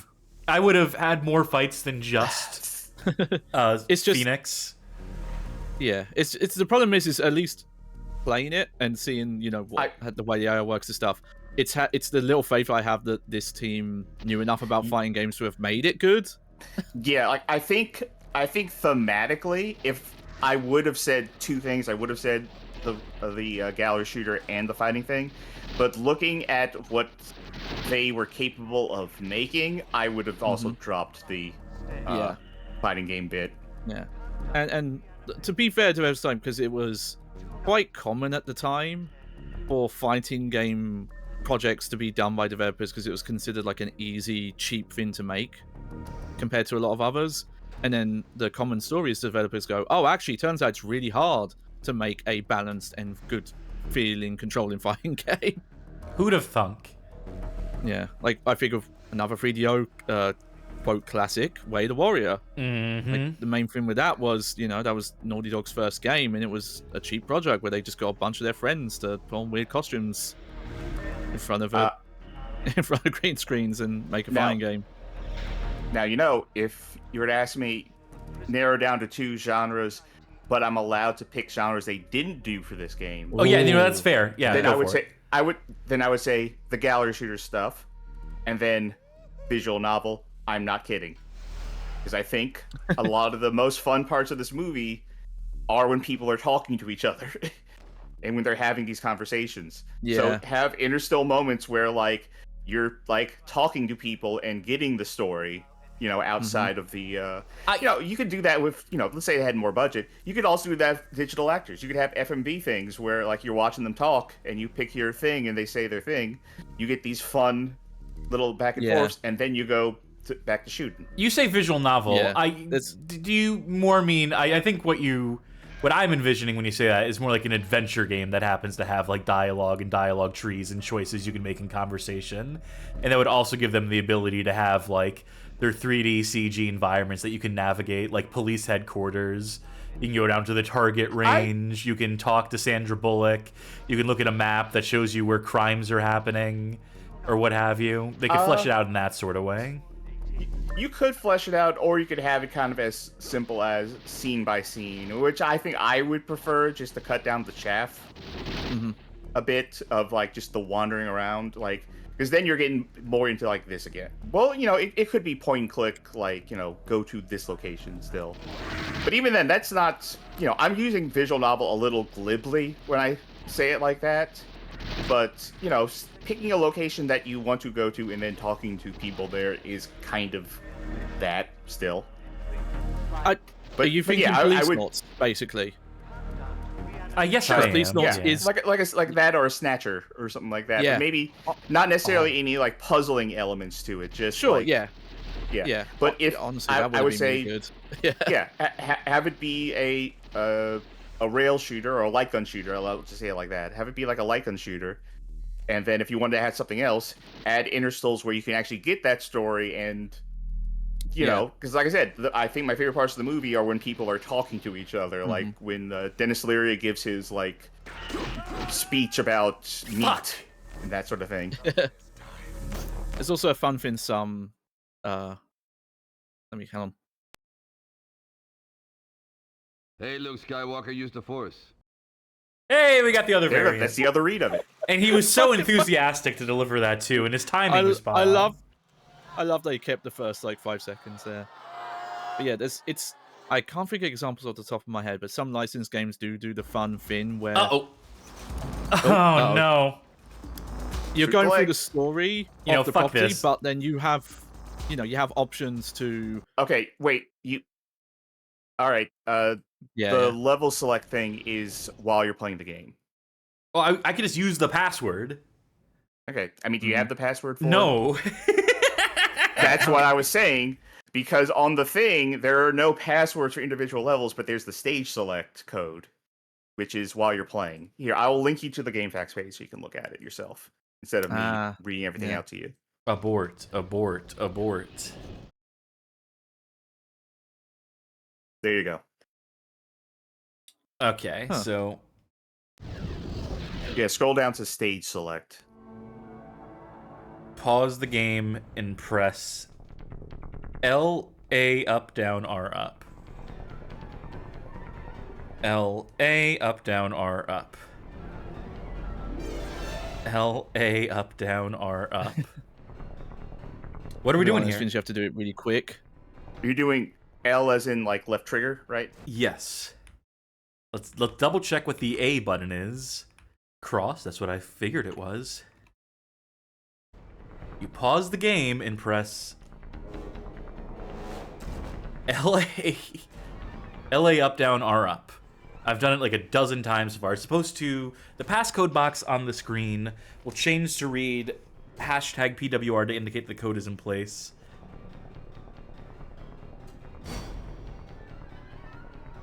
Is there a different pause button? LA up, down, R up. You've led me down a primrose path here, Charky. I mean, you've led me down a primrose path here. Casket Darkfire. Yeah. It has 5 LA, up, down, R up. All I can think of you might have to put it in like incredibly quick. I'm doing it that fast. LA up, down, R up. LA up, down, R up. LA up, down, R up. Okay, no. What if it's very measured and slow? LA up, down, R up. Yeah. I think this code is fucking bullshit. Try one other code here. While you're up right here, try the debug code to see if something there happens. Wait, no, it's to say LSA up, down, R up to activate that. LA up, down, R up to activate debug mode. The last 3 letters of the password will change to PWR. No, first of all, it's the same fucking code I was just putting in. Yeah, that's what I just said. I just said, wait, it's the same code. You might just have to do the Phoenix fight again from that same thing. Okay, hang on. I'm gonna check. Let me try it here, just for shits and giggles. Oh, no. No. Do you know what? I've got a solution. Go to the password screen. Oh, then I wanted to do in the first password, place. I assume, on the... Yep. Yep. I assume you went to that guy's video and looked at his pause screen to see the password. Yeah. GJ. G, he said. Yeah, sorry. G for generation. J for Jargo. Y for Yo-Yo. R for Randy. H for Hogwash. 2 for Tupac. K for Kilo. R for Ringo Starr. Naturally. W for Whataburger. I assume that's how the call signs work, right? Yeah. Safety override code accepted. So I love getting those wrong. Safety override code accepted. Said accepted. So... Oh, great. All right, Okay. there we go. I'm curious how many lives you have from here. Again, shout out to Silver Wins 21, really saving his playthrough. You 5 lives. Oh, this might be on easy now. Yeah. Who gives a shit? Oh, that's a shame if that debug thing doesn't work, because that's how you're supposed to access those. Yeah. And I secret checked levels. multiple sites have it written out that way. No, multiple sites can be wrong. Although, these do have upvotes on them. Yeah. LA up, down, R up. Yeah, absolutely fucking nothing.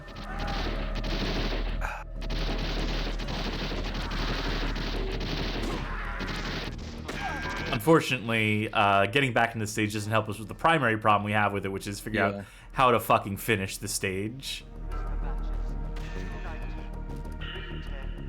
Because of the wonderful design here. Alright. Well, All I'm right. gonna give you a time code, because guess what? Silver Win 21 does the debug code in the video and even says it out loud. And shows it working, so... worst come to worst. Oh, wait.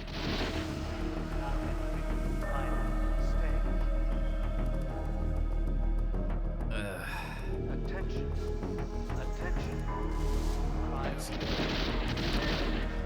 And yeah. What Jatsu84 says? Yeah, left shoulder A, up, down, right shoulder up, yeah. 290. 310. And yeah, it looks like you do put the code in slow, not quick.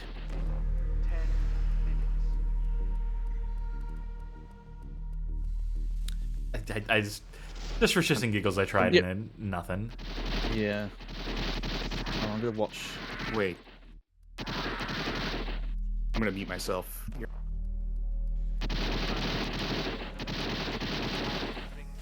God, you know, this is a thing that happens every time we play a video game for stream. Where I go into it saying, like, you know, I respect this game, its ambition, its charm, you know. People call it a bad game, but I kind of like it. And then I invariably reach a point in the game where I'm like, oh, right, this does suck. Oh, no, everyone was right. This is awful.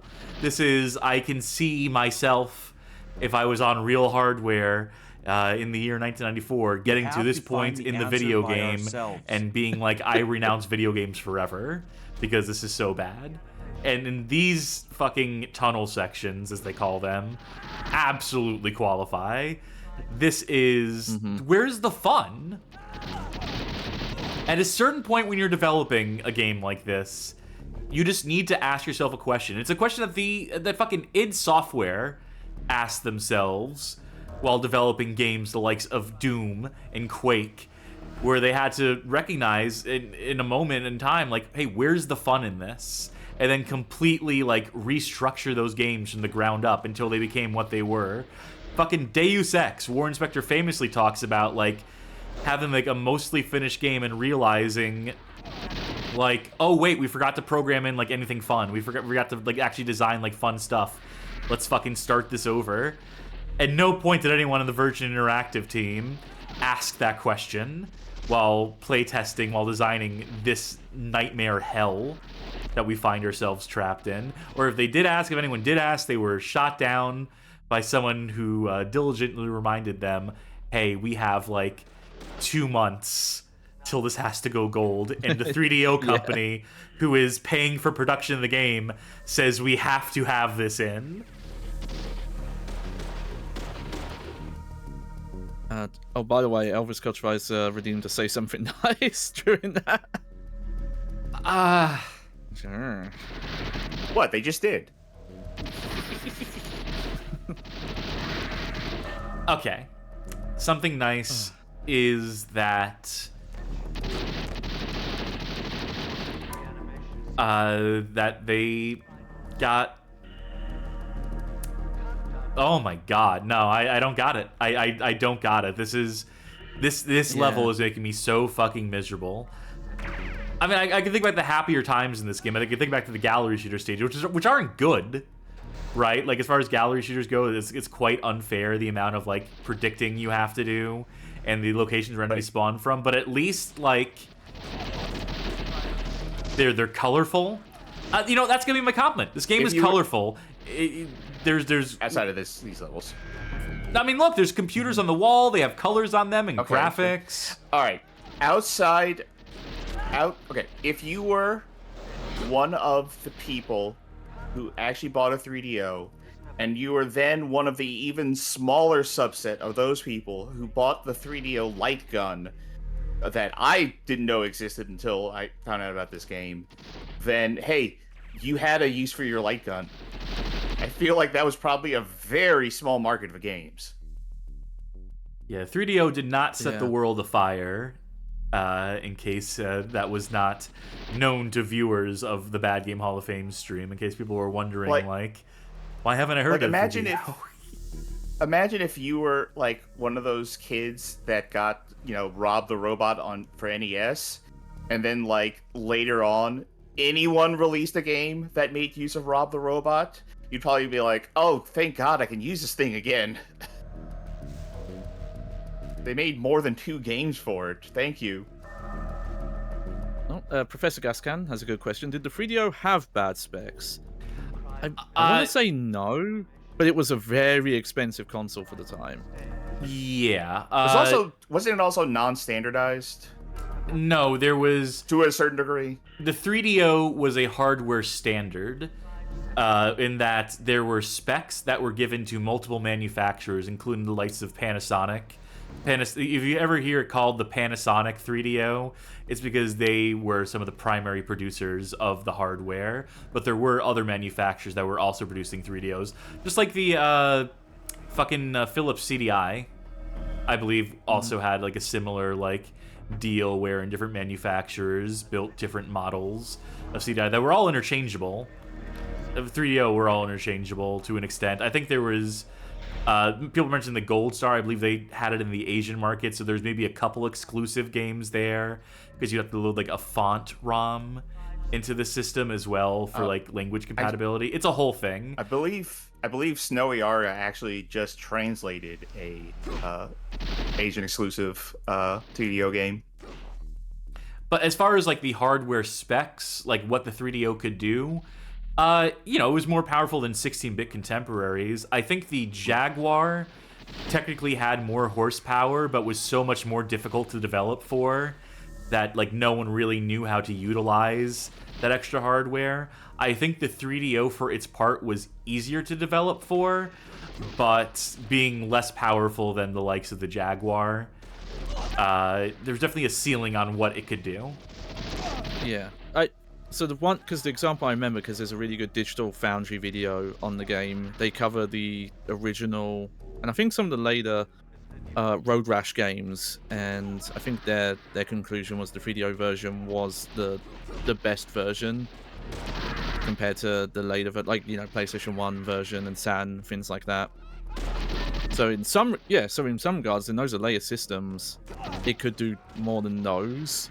It's just, we've seen it time and time again. The highest specs is not always the winning factor. Being an early 3D CD-based system is not always the winner. Yeah, no, ultimately, PlayStation comes out in 1994 and it's 187 on fucking every single one of these also-rans that were dabbling in 3D. And rightfully so. Mm-hmm. But... I don't think the issue with this game is necessarily being hampered by the hardware.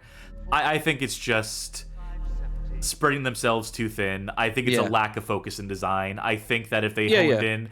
let's say, theoretically, they decide to make the entire game these tunnel sections. They decide to make the entire game a pseudo 3D, more realistically 2.5D with some camera wobble, first-person shooter type thing.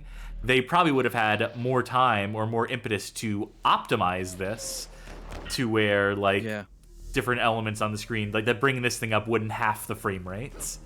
They would probably have had a map button you could access to see, where you've been, an auto map like in Doom. The map would help so much. to have. You don't say!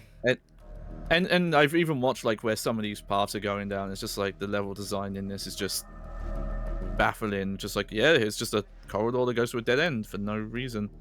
I might get the name of this wrong. Is it Killing Time? Is the 3DO shooter. It has like that uses like FMV sprites. Yeah, it Like a has night FMVs monster. that like appear in place in levels, and you can Yeah. like speak to characters, NPCs who are fully animated in that way. I think Yeah, Night so Dive that's actually a- did a remaster of that one too. Yeah. In So short that's a great time, your example that fate yeah, will you be could do sealed, a better Superman. shooter on this system. Are there any enemies left? Can I use red dots as an indicator for where I haven't been yet? I think you've killed everyone but Phoenix, who you can't kill. I love it. Yeah. Attention. And you just get the minor benefit of the corpses showing a bit of where you've been. Countdown to reanimation of prisoner Oof. batches. 290, 310, Again, nightmarish.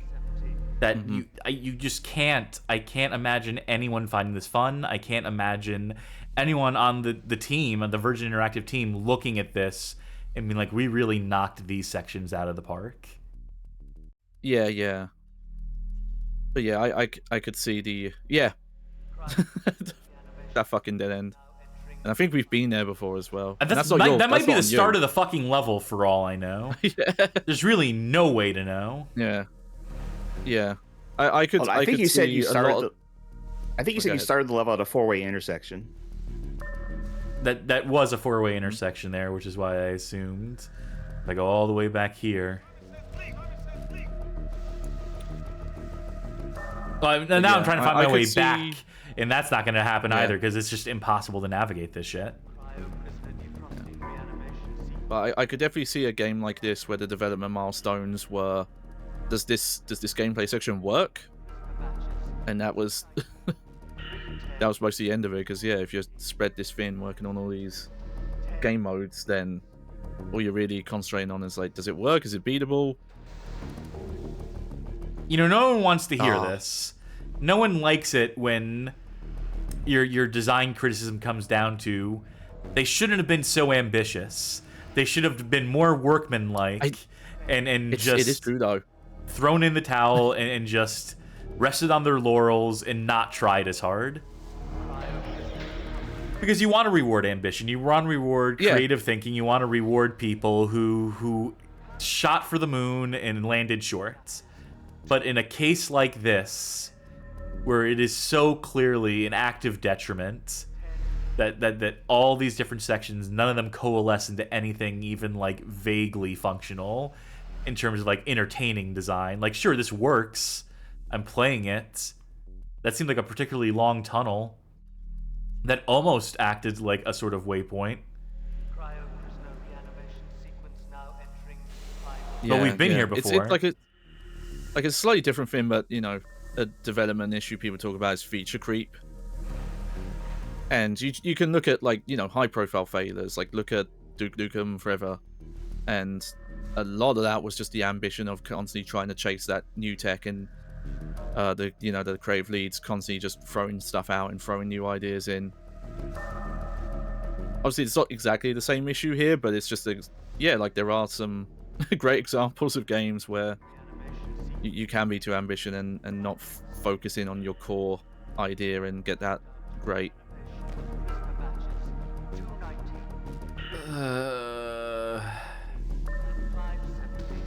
This is so brutal. Yeah.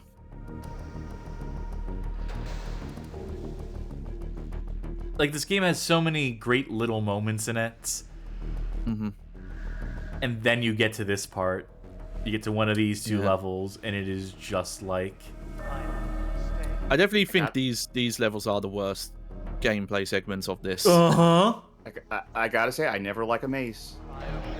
Can't say I ever play a maze in a video game and come away from it being like, boy, I like that. Yeah. I mean, I mentioned it earlier because it's a game I love, but the nowhere last level in Silent Hill 1 is... I need someone to I watch dread the playing long that play, section. find the end of the maze, what it looks like, and then reverse engineer it from there to play the video in reverse somehow to where they can tell me what I should be looking for. Okay, yeah. Let's see. I know I've ended up in this particular dead end no less than a dozen times, but there's nothing here. There is abso-fucking-lutely nothing here to distinguish one hallway from the next. Yeah, Johnny, you handle that, because telling me to do that would be like putting me in front of like the chalkboard in Goodwill Hunting with the unsolved math equation and be like, hey, could you figure this one out? I might have a visual cue. So if you, on your right side, see a wall that ends with vertical blue lines like that, you just went past, and you take a right from there, like that. It'll start with the dots, and then it'll go into this blue line. So if I spot that...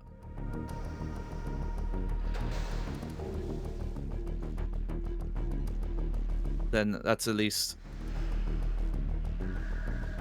vertical lines. And the problem is, how many instances of yeah, that? yeah. Oh, it might be around here.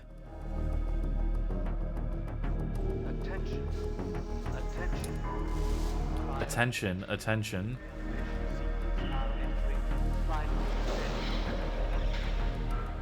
What did I just hear? There'll be like a left and a right, and then... yeah, but I'm gonna go back a bit further. And also, you know, the draw distance on this...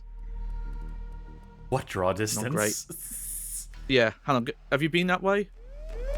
I've been everywhere. Simon has. I've been everywhere, man.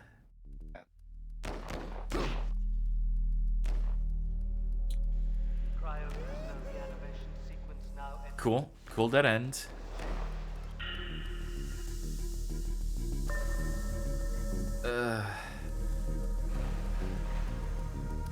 Folks, thanks for suffering through this with us. If you're watching this on stream, on YouTube, any which way, and you've not just skipped this section as we've time coded it on YouTube. Oh. Wait. Let me go back a bit. Okay, there will be an area with a lot of these vertical blue lines. We've seen. Yeah. There'll be like a, Oh no, not that. I feel like I'm backtracking again. Yeah. I feel like I've gone around in a circle again.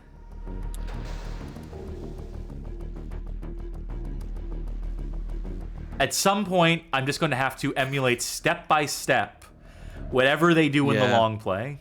That's what's going to come down to when I invariably die again during this. Oh, there's a person who has not been killed yet. All right. Yeah. People who haven't died. This is a good sign.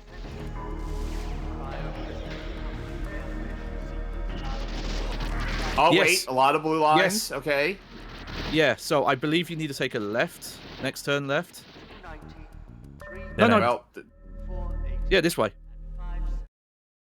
hey! Bad Game Hall of Fame, folks. Not every game on here is a winner. In fact, most of them are fucking losers.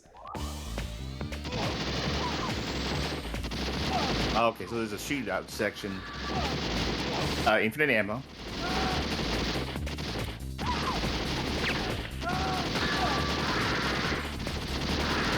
Can't even reload for the fun of it. Wow. 4,000 Oh, bonus yeah. pie. I forget they score it per screen. Countdown to reanimation of prisoner batches 219. All right. All right, you mentioned Jesse Ventura being in this, but I don't know if we've seen him really. Yeah, he's one of the. He is the football player looking bad guy in the tunnel sections. Ah, that's a shame. They should have got him for like a beat 'em up section. It's like, you know, fine. I mean, that was at least what I saw when I was looking through Yeah. some factoids on the game. Yeah, if you look up Jesse Ventura on the mobile game, he's credited under the. It might be a different. Nope, it says Governor Jesse Ventura on his Moby ID. He has an amazing look in this movie, by the way.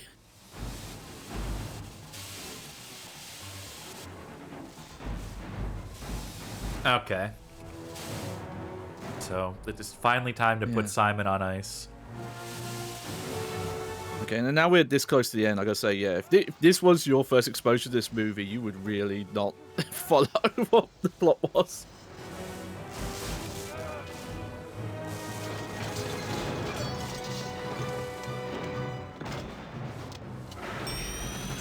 I remember this scene from Star Trek Nemesis. What's the one where Data pretends to like fall in love with the Borg Queen? Oh, I gotta see those movies still. No, you don't. Wrong person to ask. Is that the one where Picard goes all like Die Hard? Yeah, there's a few of those Next Generation movies. The movies are like a completely different continuity from the series, right? Or is it just me? No. Good memory. Yeah, like the ones based on the original series and Next Generation, they're all canon. Huh. It's more gets complicated when you get to the J.J. Abrams one where an in-canon event that's a restart. rebooted. Yeah, but that had like an in-canon event that caused it. Look at this arena rotating Oh, real I like time. this. It's like Dracula on the Sega CD all over again. Yeah. It's a shame because there are little shining moments of just like, oh, that's a cool presentation idea. Okay, Frank Officer's first contact is with the Borg Queen and Picard Yes, as that Die is Hard correct. hero. It's all coming back to me.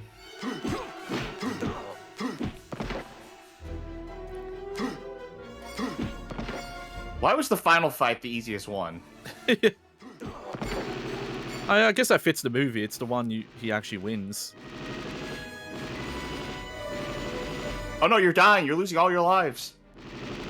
Oh my god, they have to take away your continues and restart the life counter every time. That's awesome.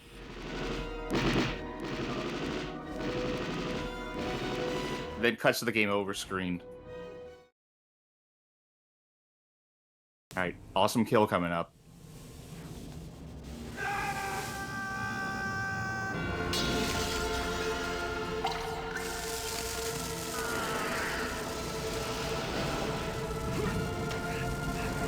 I should watch this movie again. Yeah. It's a good movie.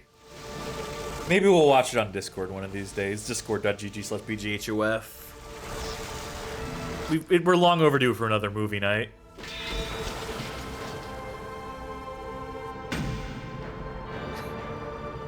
I bet that prop would be worth a lot, that movie prop of the bouncing Wesley. Well, not anymore. No.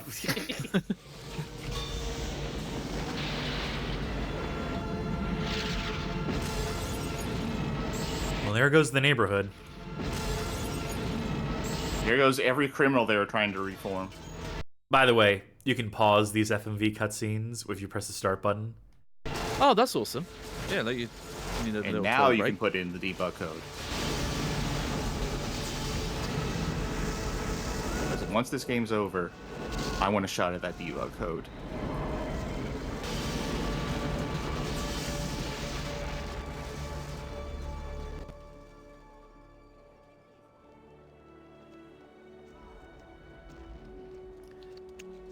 Are they going to have the line about exchanging fluids, exchanging liquids? Oh my. Are all fluid transfer activities like this? Better. Better? Oh my. Ay, ay, ay. Now let's go get us some cheese shells. Now that you've demolished everything. Good job. You saved the people. Phoenix is gone. Whoa, he was in a hurry to get out of there. Whoa, what? I could have sworn he had more to say. Maybe on the higher difficulty levels.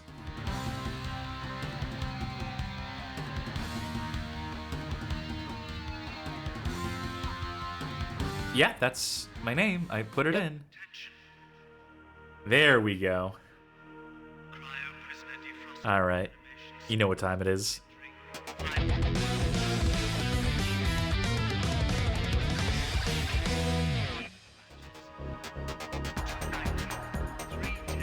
Neil Young worked on this game. Wow. Yeah, the soundtrack. This is a Neil Young track right here. Is this actually the Demolition Man song? I don't think No, so. I don't think so. No. Digital touch-up of video frames for gameplay animations.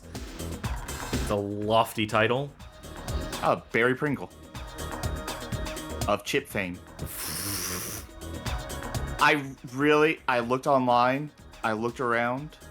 Additional editing of the audio. Joey curious. Oh, additional editing. You don't say. It's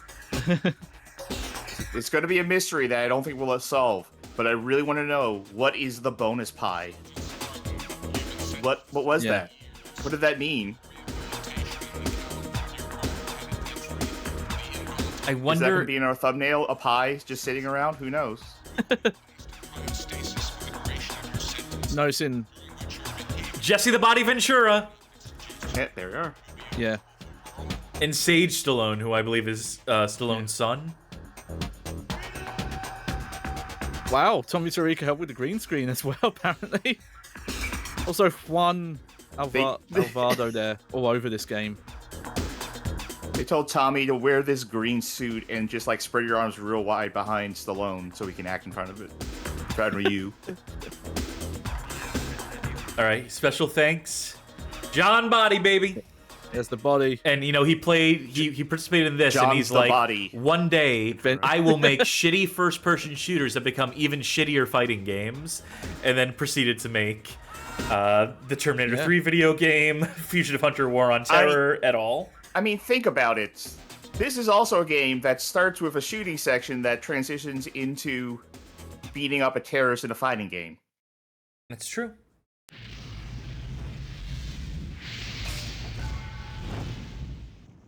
So what did Team Demolition go on to make? Shut up. Okay. Now you want to try to get... I want to go for it, yes. Okay. You don't need to read it to me because I have it in front of me. I have it seared into my fucking brain at this point. Yeah. Hit start. Okay. Skip cutscenes? Yes, yeah. Okay, alright.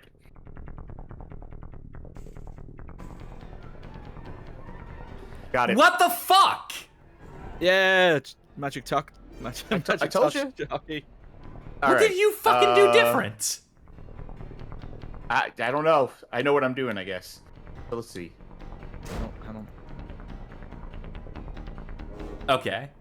Wait, so VRGN 1, 2, 3, 4, and 5. These those must are be the secret bonus levels. Yeah. There's also something called the listening booth, which I'm kind of curious about, but let's... You can also see trigger the version. game over scenes. Yep. Also, I need to mention this. If you complete the game with 1 million points in blood mode with medium or hard difficulty, you can view a virtual sex scene between Sylvester Stallone and Sandra Bullock. That's fake. No, that's in the game. No way. Mm-hmm. What? I believe based on the movie scene, which is not... Yeah, it's not actually graphic. Yeah. It is just a scene from the movie.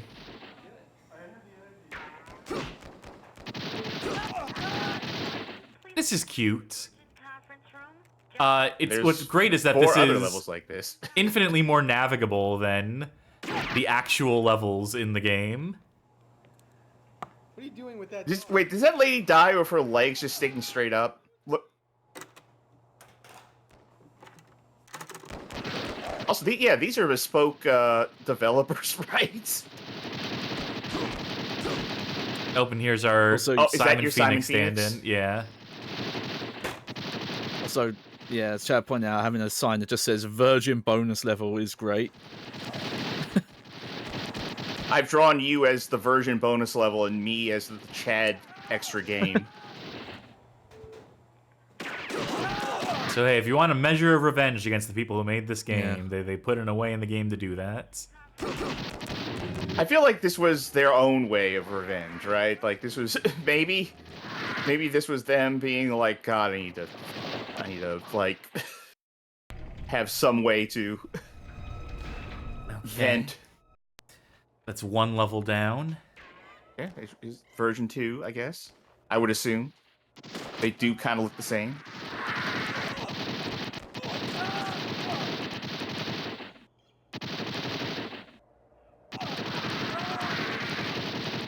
Yeah, these are cute. That's about all that can be said about this. Slime Trainer earlier during the credits said, "Oh shit, one of the Tony Hawk Pro Skater guys was on this."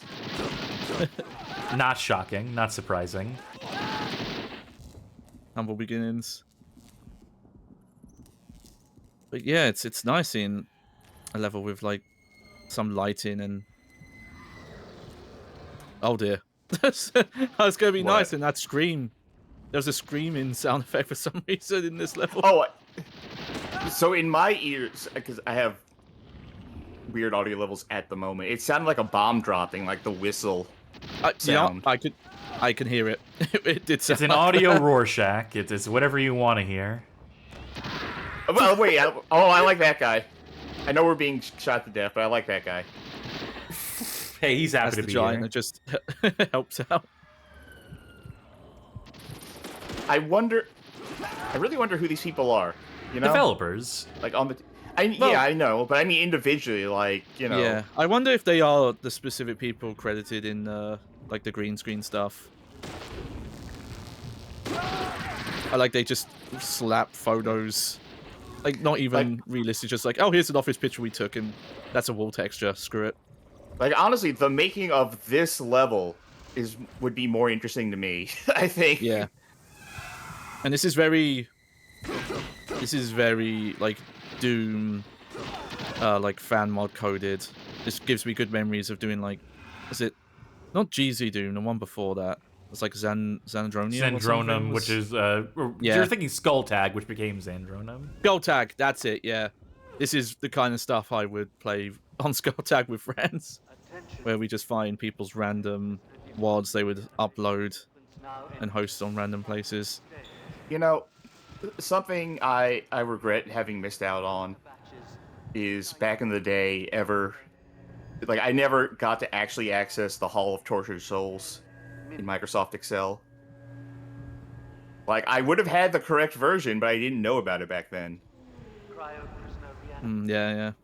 Should I assume that everyone knows what I'm talking about? Yes. Or should I explain it? I know vaguely, but do explain, yeah. To my recollection, there is a Easter egg in a very old version of Microsoft Excel, where if you do a specific set of actions, it will take you to a first-person area where you can walk around that looks kind of like Doom, and there's like a room with like portraits of developers, I think, or at least their names are not portraits. Developers, at all. That's another Microsoft joke for you. Hey, problem with these levels, same as in the main game, it's impossible to tell where you've been and where you're meant to go. Well, if you're at the point where you're here, right, then you know how to access any other level without finding the exit. You'd have to put in the code, though. Oh, you found the exit, I guess. Wait, did I? I don't know. It played, now it's frozen. Oh, it's back. Wait, did you load a save state? No, I did not. Okay. No, yeah, because that's the new password on there. I don't know. I guess you found the level somehow. I'm not even sure what I did there. I was trying to put the password in again. I was trying to put the button code in again, and Mouse City mentioning, damn, I didn't know the Virgin Interactive office was this big. 5 floors of death.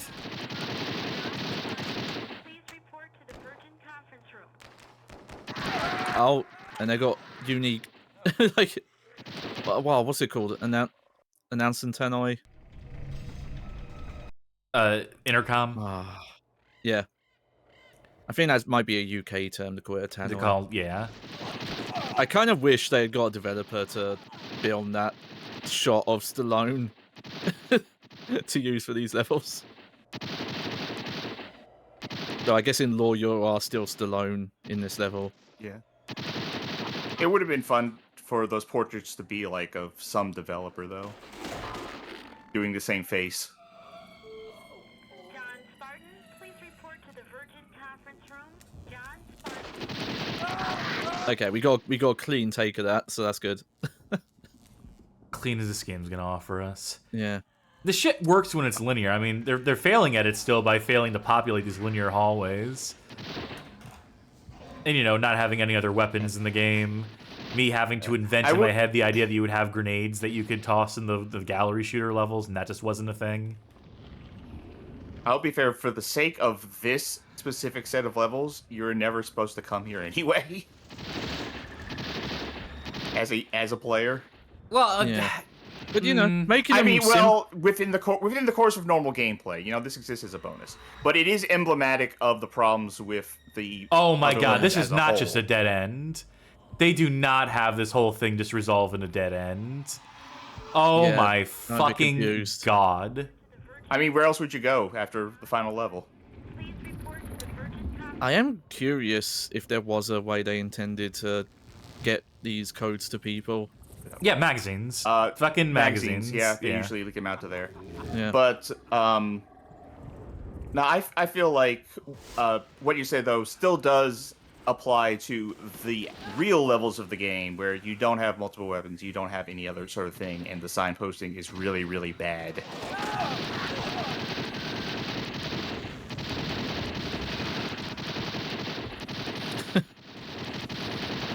But like, if this level sucks, then I mean, this is just a debug, like goodie they threw in. Sure, I mean, on some level you're right, but also I'm just so soured on these sections in this game as a whole. Because we've been here. Reanimation of prisoner batches 290. Oh, that's weird. They're reusing audio cues from that previous, you know, the cryo shooting level. No, they've been doing that that's for what a you while. hear. That's what you hear around the Virgin office. Yeah, they have to unthaw their developers from cryo storage to keep them forever young. Forever virgins. I'll show you all in chat mentioning Virgin Interactive also published Westwood games for a hot second before they were brought by EA. I know them specifically. They published a lot of Capcom stuff in the PAL region for PlayStation 1 for some reason. They had their fingers in a lot of bonus pies, one could say. Yeah, so yeah, like Street Fighter EX, the Street Fighter 2 collections, like those all have the Virgin logo here. Ugh. Oh, there's that guy still there. Yeah. And then once if I can manage to finish this level, we'll load the save that has the debug option enabled already, so we can just menu through that and see the other stuff on offer. So I think that's not going to work because you select a debug thing by just releasing B. So it's going to, like, when you load the state, since B is not going to be being held, it will probably activate. But I can just put in the code again. That's not an issue. For me. I am running out of patience for this. For me? Oh, okay. No. This is fucking stage. I feel that. This tunnel nightmare. Charlie, you've had it with your sass. Fuck it. Oh. There can't be any, like, reward or like, big, like, thing you get for the main thing I read is levels. apparently... No, the thing I read is that apparently going through these levels is a good way to get that extra scene, because you could get a lot of points from these, and you can kind of just repeatedly do them, and then when you use the debug code to go to the game win screen, it will, like, still consider your points, apparently. So it's for grinding. Yeah. Great, that's what I wanted in this game. This stage might not resolve. If this is the last one, it also, might I'm pretty sure... Are we just going down this long path again? Yeah. Okay. All right, let me go ahead and... Give me the code. Wait.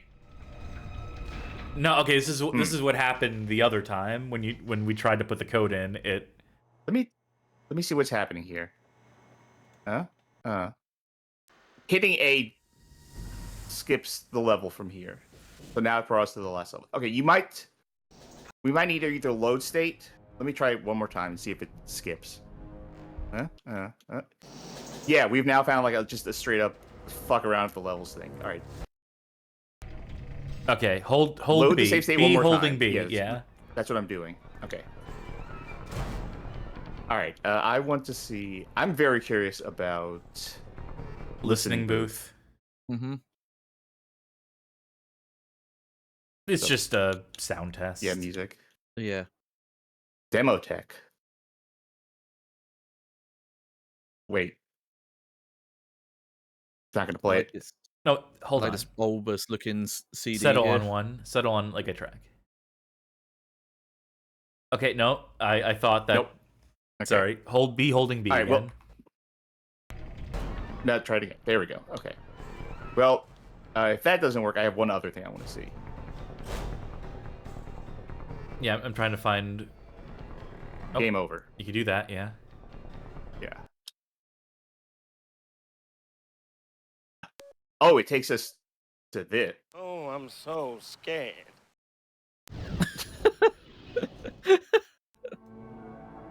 That was beautiful. Huh.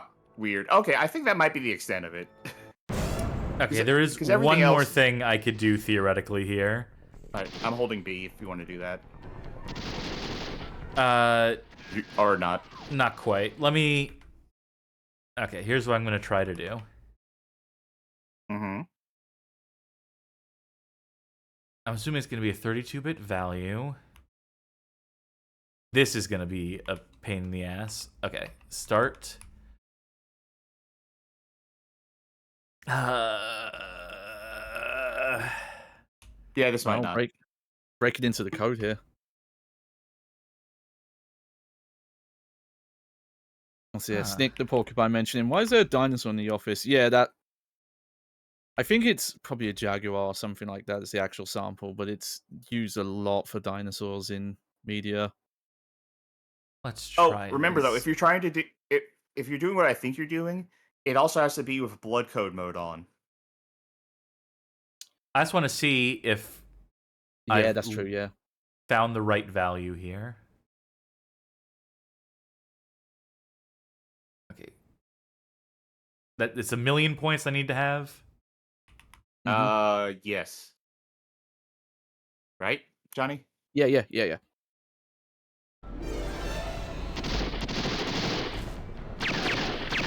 Okay, well, let's... Oh, no. No, that You've was... lost points. No, wait, you've gained points. Never mind. I saw 5 change to a 1. Yeah, no, it's that did not work as intended. Let's try it like this, equal to 1,000. I bet like it does the thing where like the last 3 digits don't actually count. So 1,000 is actually like 1, and they're just padding the number somehow. Yeah, I was thinking that it might be just being stored as a smaller number. Let's get another kill, though, just to... Okay, 1,200.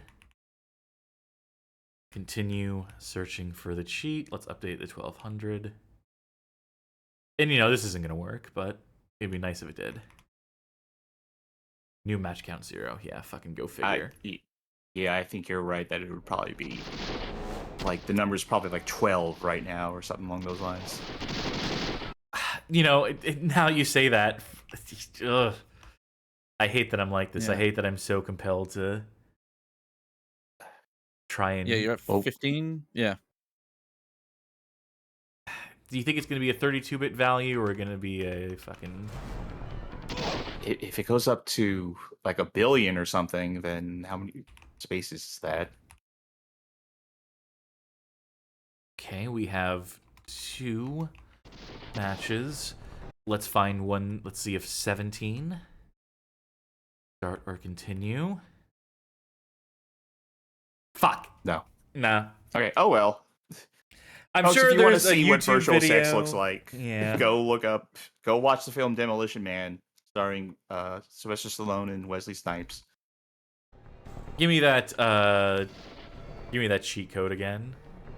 Okay. L A up down R up. Oh, no, because we're on a stave, we're in a reality where... Yeah, I got it. Oh, you got it? Okay. Now, how do I select the... Up and down through the things will scroll. I'm doing up and down and nothing's happening. Yeah, I think you have to hold B while doing it. I'm holding Yeah, B. hold.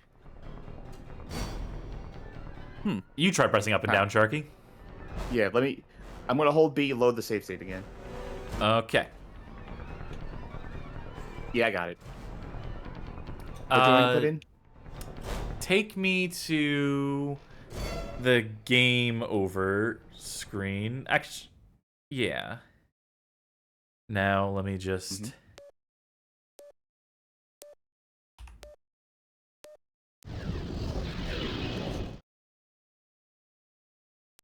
How'd you get that 500 holes in your face? Learn to eat with a fork?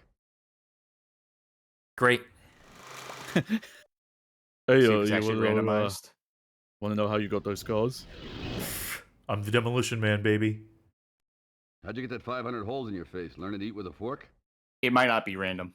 Yeah, no, there might be like something that determines which of the ones it loads during that that one screen. But hey, we did get one we hadn't heard before. Yeah, and that's the best we can ask for, I suppose. You reckon that'll do it for Demolition Man on the 3DO?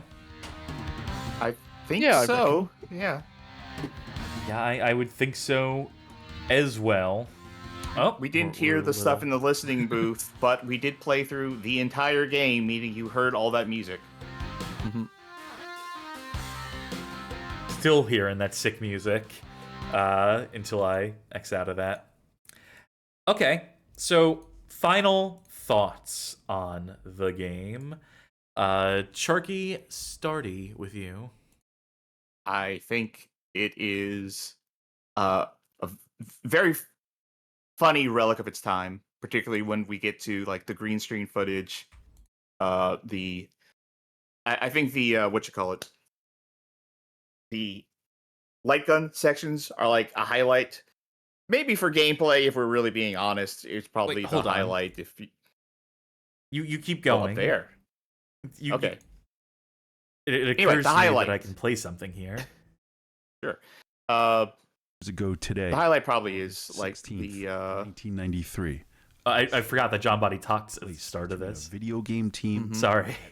Games and Sly still. yeah, the gallery shooter is probably the best part of the game, and in terms of like on the set. it being like kind of funny, it's probably the best part, along with these really was a lot CGI, because for the not CGI, these green screen parts. huge movie The fighting game part also very funny, and actually if not participated in frustrating to play. video animation. I think this is a good game to like look at in retrospect and be like, oh man, the any 90s. master tape Not great to play. from that date. I don't think this is one you. I mean, you know, go back and experience it if you want. If like play bad games, like feel what they're like. But I don't think this is a game that is like any sort of like hidden gem. Like it's not secret. I don't think it's secretly good. It was trying to do a lot, but it definitely was trying to do too much. I think that's mainly my take on it, to be honest. It was, you know, is it admirable that they were trying to like do more than just like a platformer for a movie game? Yeah, sure. They actually brought in the actors to do shit, to like film bespoke scenes, to have this multimodal gameplay, but it didn't turn into a good product. I think that'll do it for me. Yeah. Yeah.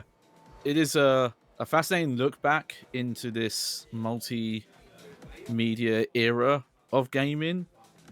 And it's maybe one of the better takes on that, because a lot of that was the like quick time reaction. What's it? Dragon's Lair? Dungeon's Lair? I always forget the name of that game. Yeah. Dragon's Yeah, Lair, it is Dragon's Lair. Okay, good. Take on it, and it is commendable. They actually were trying for gameplay with this, but you know, it definitely bites off way more than it could chew, and would have been far better if it had been refined on just one or two ideas. But it again, it's cool to see, but it's definitely one of those like seeing it's fun, but playing it is a different tune. And yeah, it's also, you know, fun to see they managed to get some actors in, even if Stallone is really phoning it in with his dialogue and his quips about the player. But I think that's it. Like, we've talked about which of the gameplay moments work and how you could have focused in on one or two and made that a lot better game. Oh, there he is with a mullet. There's Tommy. Yeah, yep, there he is. He's helping out on the green screens. God bless him. And John Body's shooting this. Amazing shooting, by the way. I guess that makes it. This is my turn to have some sort of tidy conclusion on this. Yeah, go for it. This really goes to show that just because you can doesn't mean you should, for sure. But also that by having all these tools at your disposal, that there was a period that the people conveniently forget about when we talk about, like, leaps in hardware generations, that there were these periods at the beginning of, like, console cycles, at the beginning of generations, as the hardware rapidly improved and the developers were rising to that challenge and trying to figure out, like, the leap from 2D to 3D. How do we navigate this space? With all this power under the hood, what new things can we do with this technology? How can we maximize this? How can we realize things that we couldn't realize in previous hardware? And giving them the keys to the kingdom as far as that's concerned. And just the utter cluelessness that came with it. The utter unpreparedness. Especially in the case of people who were hopping onto the 3DO, a console that was doomed from the start based on price point alone. And just based on the time it released. Just not predicting, as no one was going to, that Sony would enter the market and quickly turn the entire thing on its head, and then turn all these other competing consoles that were attempting to pioneer 3D and multimedia and CD at the same time, just completely obsolete them overnight, effectively. And, I really wanted to open with that Sega CD Demolition Man game, which, is representative of the SNES and Genesis versions as well in its capacity, as just an upgraded, more fancy presentation version of that, but inherently it's still the same game. And just how it's so much more of a focused product. It is so much better of a movie tie-in game for the fact that it, like, lets you feel like you're playing as Stallone in the movie. There is some sort of disconnect that exists within this product, within this 3DO SKU. And I think a big part of it is the constant jumps between these shots of Stallone milling about on a green screen in the context of the game, not just this behind-the-scenes footage that we're looking at right now, that really kind of takes you out of it. Things that they couldn't have considered or accounted for, things that they could only learn from doing, from making the attempt. Which is, ultimately where games like this, for as coldly as we may receive it and may analyze it, and for as coolly as we may walk away from it, were important for the fact that people who worked on this game learned what they couldn't do. I'm sure this was a major learning experience for everyone involved, as far as recognizing that we tried, we failed, we put this, sort of approach, this sort of spin on the FPS formula. We were sort of cribbing notes from Doom, and then we scribbled the wrong notes down. We took the wrong takeaways from it. Games like this are important for the fact, and 3DO company footing the bill, Virgin Interactive having more money than sense. Virgin did not hurt for releasing this game. Virgin still exists today as a company, even if they have long since passed on their game interests, their video game interests. This was a pretty safe space for people to explore, for developers to experiment with this multimedia modality and multi-genre sort of approach. And so, in that sense, the ambition on display, I can respect, the efforts, the lengths they went to, the attempt being made. All that being said, it's still such an anti-consumer product. It's still such an anti-player type of game. it's still just so unfocused as to be like viscerally unpleasant, especially during those tunnel sections, and the complete pointlessness of something like the driving scene, which encapsulates a singular screen, a singular level within the game, and a very easily exploitable one at that, which I guess I would take over the fucking maze levels any day of the week. I guess if I'm working towards any sort of like point here in my meandering and rambling, it's that games like this, while not necessarily good to play, are interesting to observe, and the market is better for these experiments having been performed. You know, you can still feel for the consumer who blew $700 on a fucking 3DO and then a further $50 in $1994 on this game, and pity them for hitching their wagon to the wrong fucking ox, to the wrong horse. But again, learning experiments, valuable resume, valuable portfolio fodder, this game for everyone who worked on it. And look at these guys getting to work with Stallone. Look at Stallone showing up for this thing, the faith that they were putting in this product to spend this money, to make those deals. John Body at the top of this little behind the scenes thing, he inserts a little bit of commentary saying, like, you know, we had no idea what the video game industry was going to become. That, you know, this was recorded August 16th, 1993, with this footage here. There's craft services. Gotta shout out to my craft service people. That this was, you know, a portent of things to come. Now, you know, we can get major actors, you know, Death Stranding, Kojima games, where you can get Mads Mikkelsen to sit in a fucking booth with the ping pong balls on their face and arms and legs and get a motion captured performance from them. Then get them in the booth afterwards, and they take it seriously and they put an actual performance in. You can get Picora to show up for a story critical mission in your game, and she'll be like, "Yeah, I'll do it."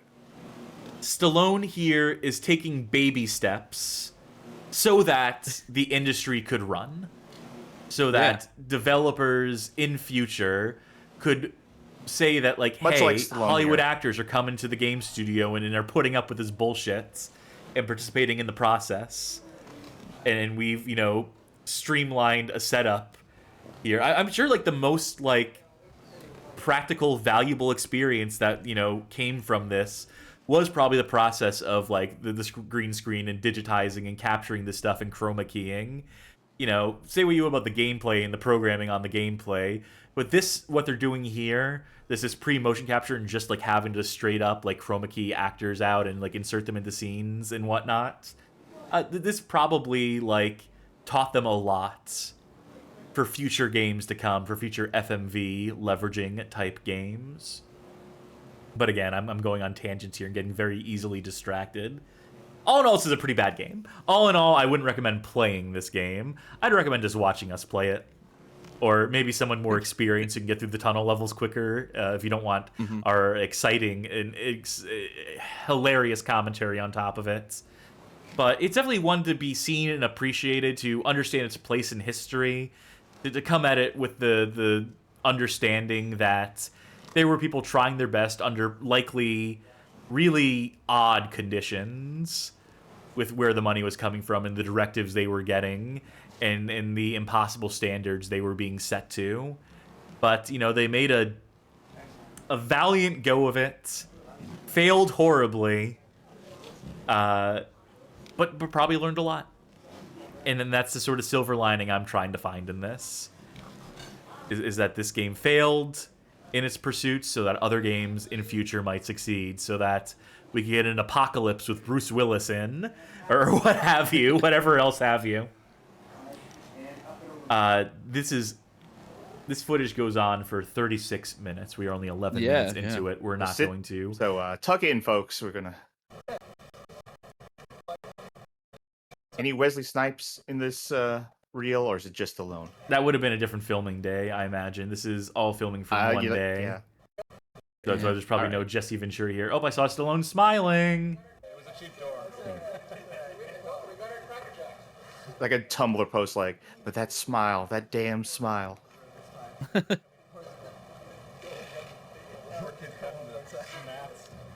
Wow, he's really not saying much. He's really staying quiet on this set. Look, Johnny said earlier, it's paid by the word. Oh. Now, that wasn't in the script. He was just excited. You know, God bless him. He's doing his own stunts. Is this a stunt? Like, in the legal sense, is this a stunt? Yeah, anything that involves throwing your body, tossing your body to where you could potentially land on your face or what have you. Yeah. We are getting a little bit of talking from him. Charlie Chaplin a stunt man? Yeah, no, absolutely. Yeah, I guess so. I just realized that. I'm looking at the YouTube upload of this, and there's a time code in the comments. There's the golfing on the set that Dennis Leary said in an interview that Stallone wanted. That should be coming up in a second or two. We can see some developers, or presumably Stallone, playing golf. There we go. It's just from Creeper Cam. Yeah. It's got a hole cut out of a beach tent that's just sitting in the golf course. Wow, was that all the fucking golf footage we're gonna get? That was it. That was it. This dude just looking at porn on the job. He's reading for the articles. Come on. Yeah, he didn't stick on that page for long. How does this end? Oh, well, duh. Like that. Like that. Beautiful. Expectedly. All right. Well, I gave a conclusion of sorts. Talked in circles for a little bit. That's usually a sign that we've finished our obligations here. So on that note, folks, thank you for tuning in to us playing Demolition Man on the 3DO. What a doozy. Classic one-off style of episode here, which are, you know, the best ones in my opinion. I love when we can get a game done in a single episode. It makes life so much easier all around. Our patrons voted for this. They were right to. Though we will have to still get around to Terminator 3 one of these days. The tie for all times. And let Schwarzenegger have his day in the sun. And then talk about John Body again. As I love to do here on the stream. We'll have to put up another poll soon. This is, you know, usually the patron playthroughs, usually we get like a couple episodes out of them at the very least, which buys us a little bit of time to think of the next one. So maybe we will buy ourselves a little bit of time before we put up the next patron poll. Maybe we'll just do another one-off or something else this coming Thursday, July the 3rd. I'm going through the stream schedule now, by the way. Tomorrow, Johnny, the Bag Game Hall of Fame, what are you bringing to the table? Yes, tomorrow is also going to be a one-off. I am, for the first time, going to attempt to play Lifeline, Konami's voice-controlled video game for the PlayStation 2. No way in hell do you finish that in one episode. Oh, well, yeah, that's not what I mean by one and done. That is, we're going to play as much as I can get through. And, you know, if that's an hour's progress, if that's 5 minutes progress, well, we'll see how far I can get. But, yeah, that'll be me at, that's 9 p.m. my time, and that's 4 p.m. East Coast US time, I believe. Be the start time on that. You're gonna finish that game. Oh, okay. That's what you're getting paid for, is to finish Lifeline on the PS2. To start it and finish it. Because what's our fucking catchphrase? What's the Bad Game Hall of Fame slogan? Charky, tell them. It's time for the stream snack. Fuck, no. We finish what we start. No. That. Which is why people. Which is why Charky is still playing Contra Rogue Core, by the way. Though you won't be playing it this coming Tuesday. You're taking a week off of that. That's correct. We got some busyness on the host end, so yeah, we're gonna have to find something else to do Tuesday. On that note, we also don't have anything planned for Saturday right now because I delayed Cursed Kart Racers episode 13 to we're Saturday this weekend. Oh no, I don't have it in me to do the fucking Wii games right now. I do not have the patience to do fucking Wii stuff at the moment. So we're pushing that back another week. We'll have something ready to go on Saturday. Maybe one of our segments, maybe one of our recurring segments that we haven't run this month. Might be time for a fight night, as a matter of fact. We'll think about it. We'll have an answer for you on Saturday. And of course, Mondays, we do casual Mondays. Every Monday, bringing not so bad games to the table. So please consider tuning in on that particular day, giving us a shot on Mondays, because we're having fun over on that programming block.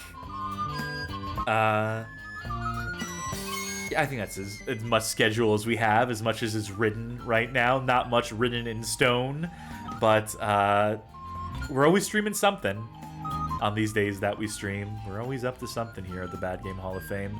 And hey, if you like what you saw here tonight, consider joining the Discord server, why don't you? Discord.gg/BGHOF, our community of connoisseurs. Talk about bad games, hang out with us, participate in the Bad Game Club, which should be wrapping up in the next few days. Devilish on the Sega Genesis and/or Mega Drive. How far did you get in that, Johnny? You're the one in charge of the Bad Game Club. How much progress have you made in Devilish? Oh, I need to go back to it. I only briefly played at the start of the month. I need to sit down, commit to it. But Yep. I will tackle it. Very good. It's not a super long one at the very least, so it's an easy one to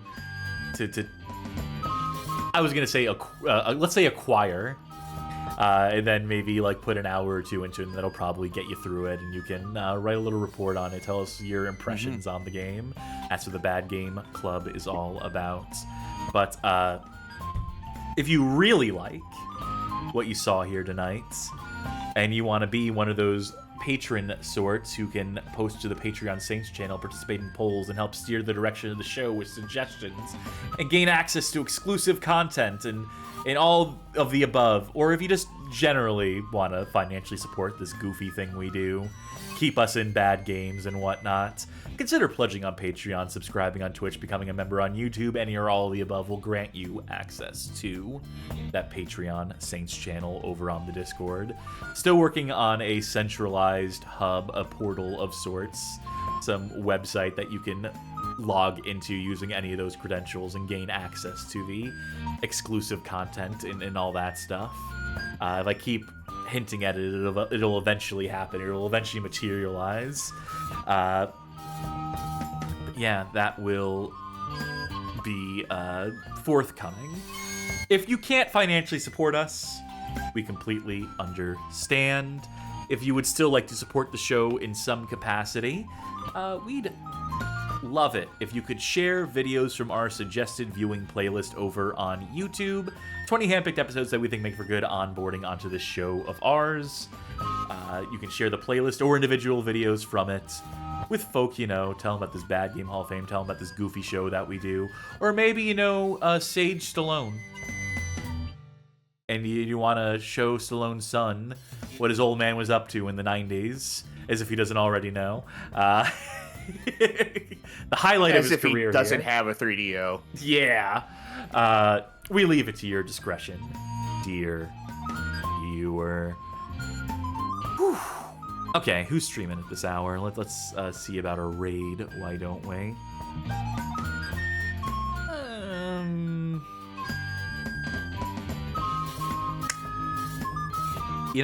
I'm going to send folk the way of...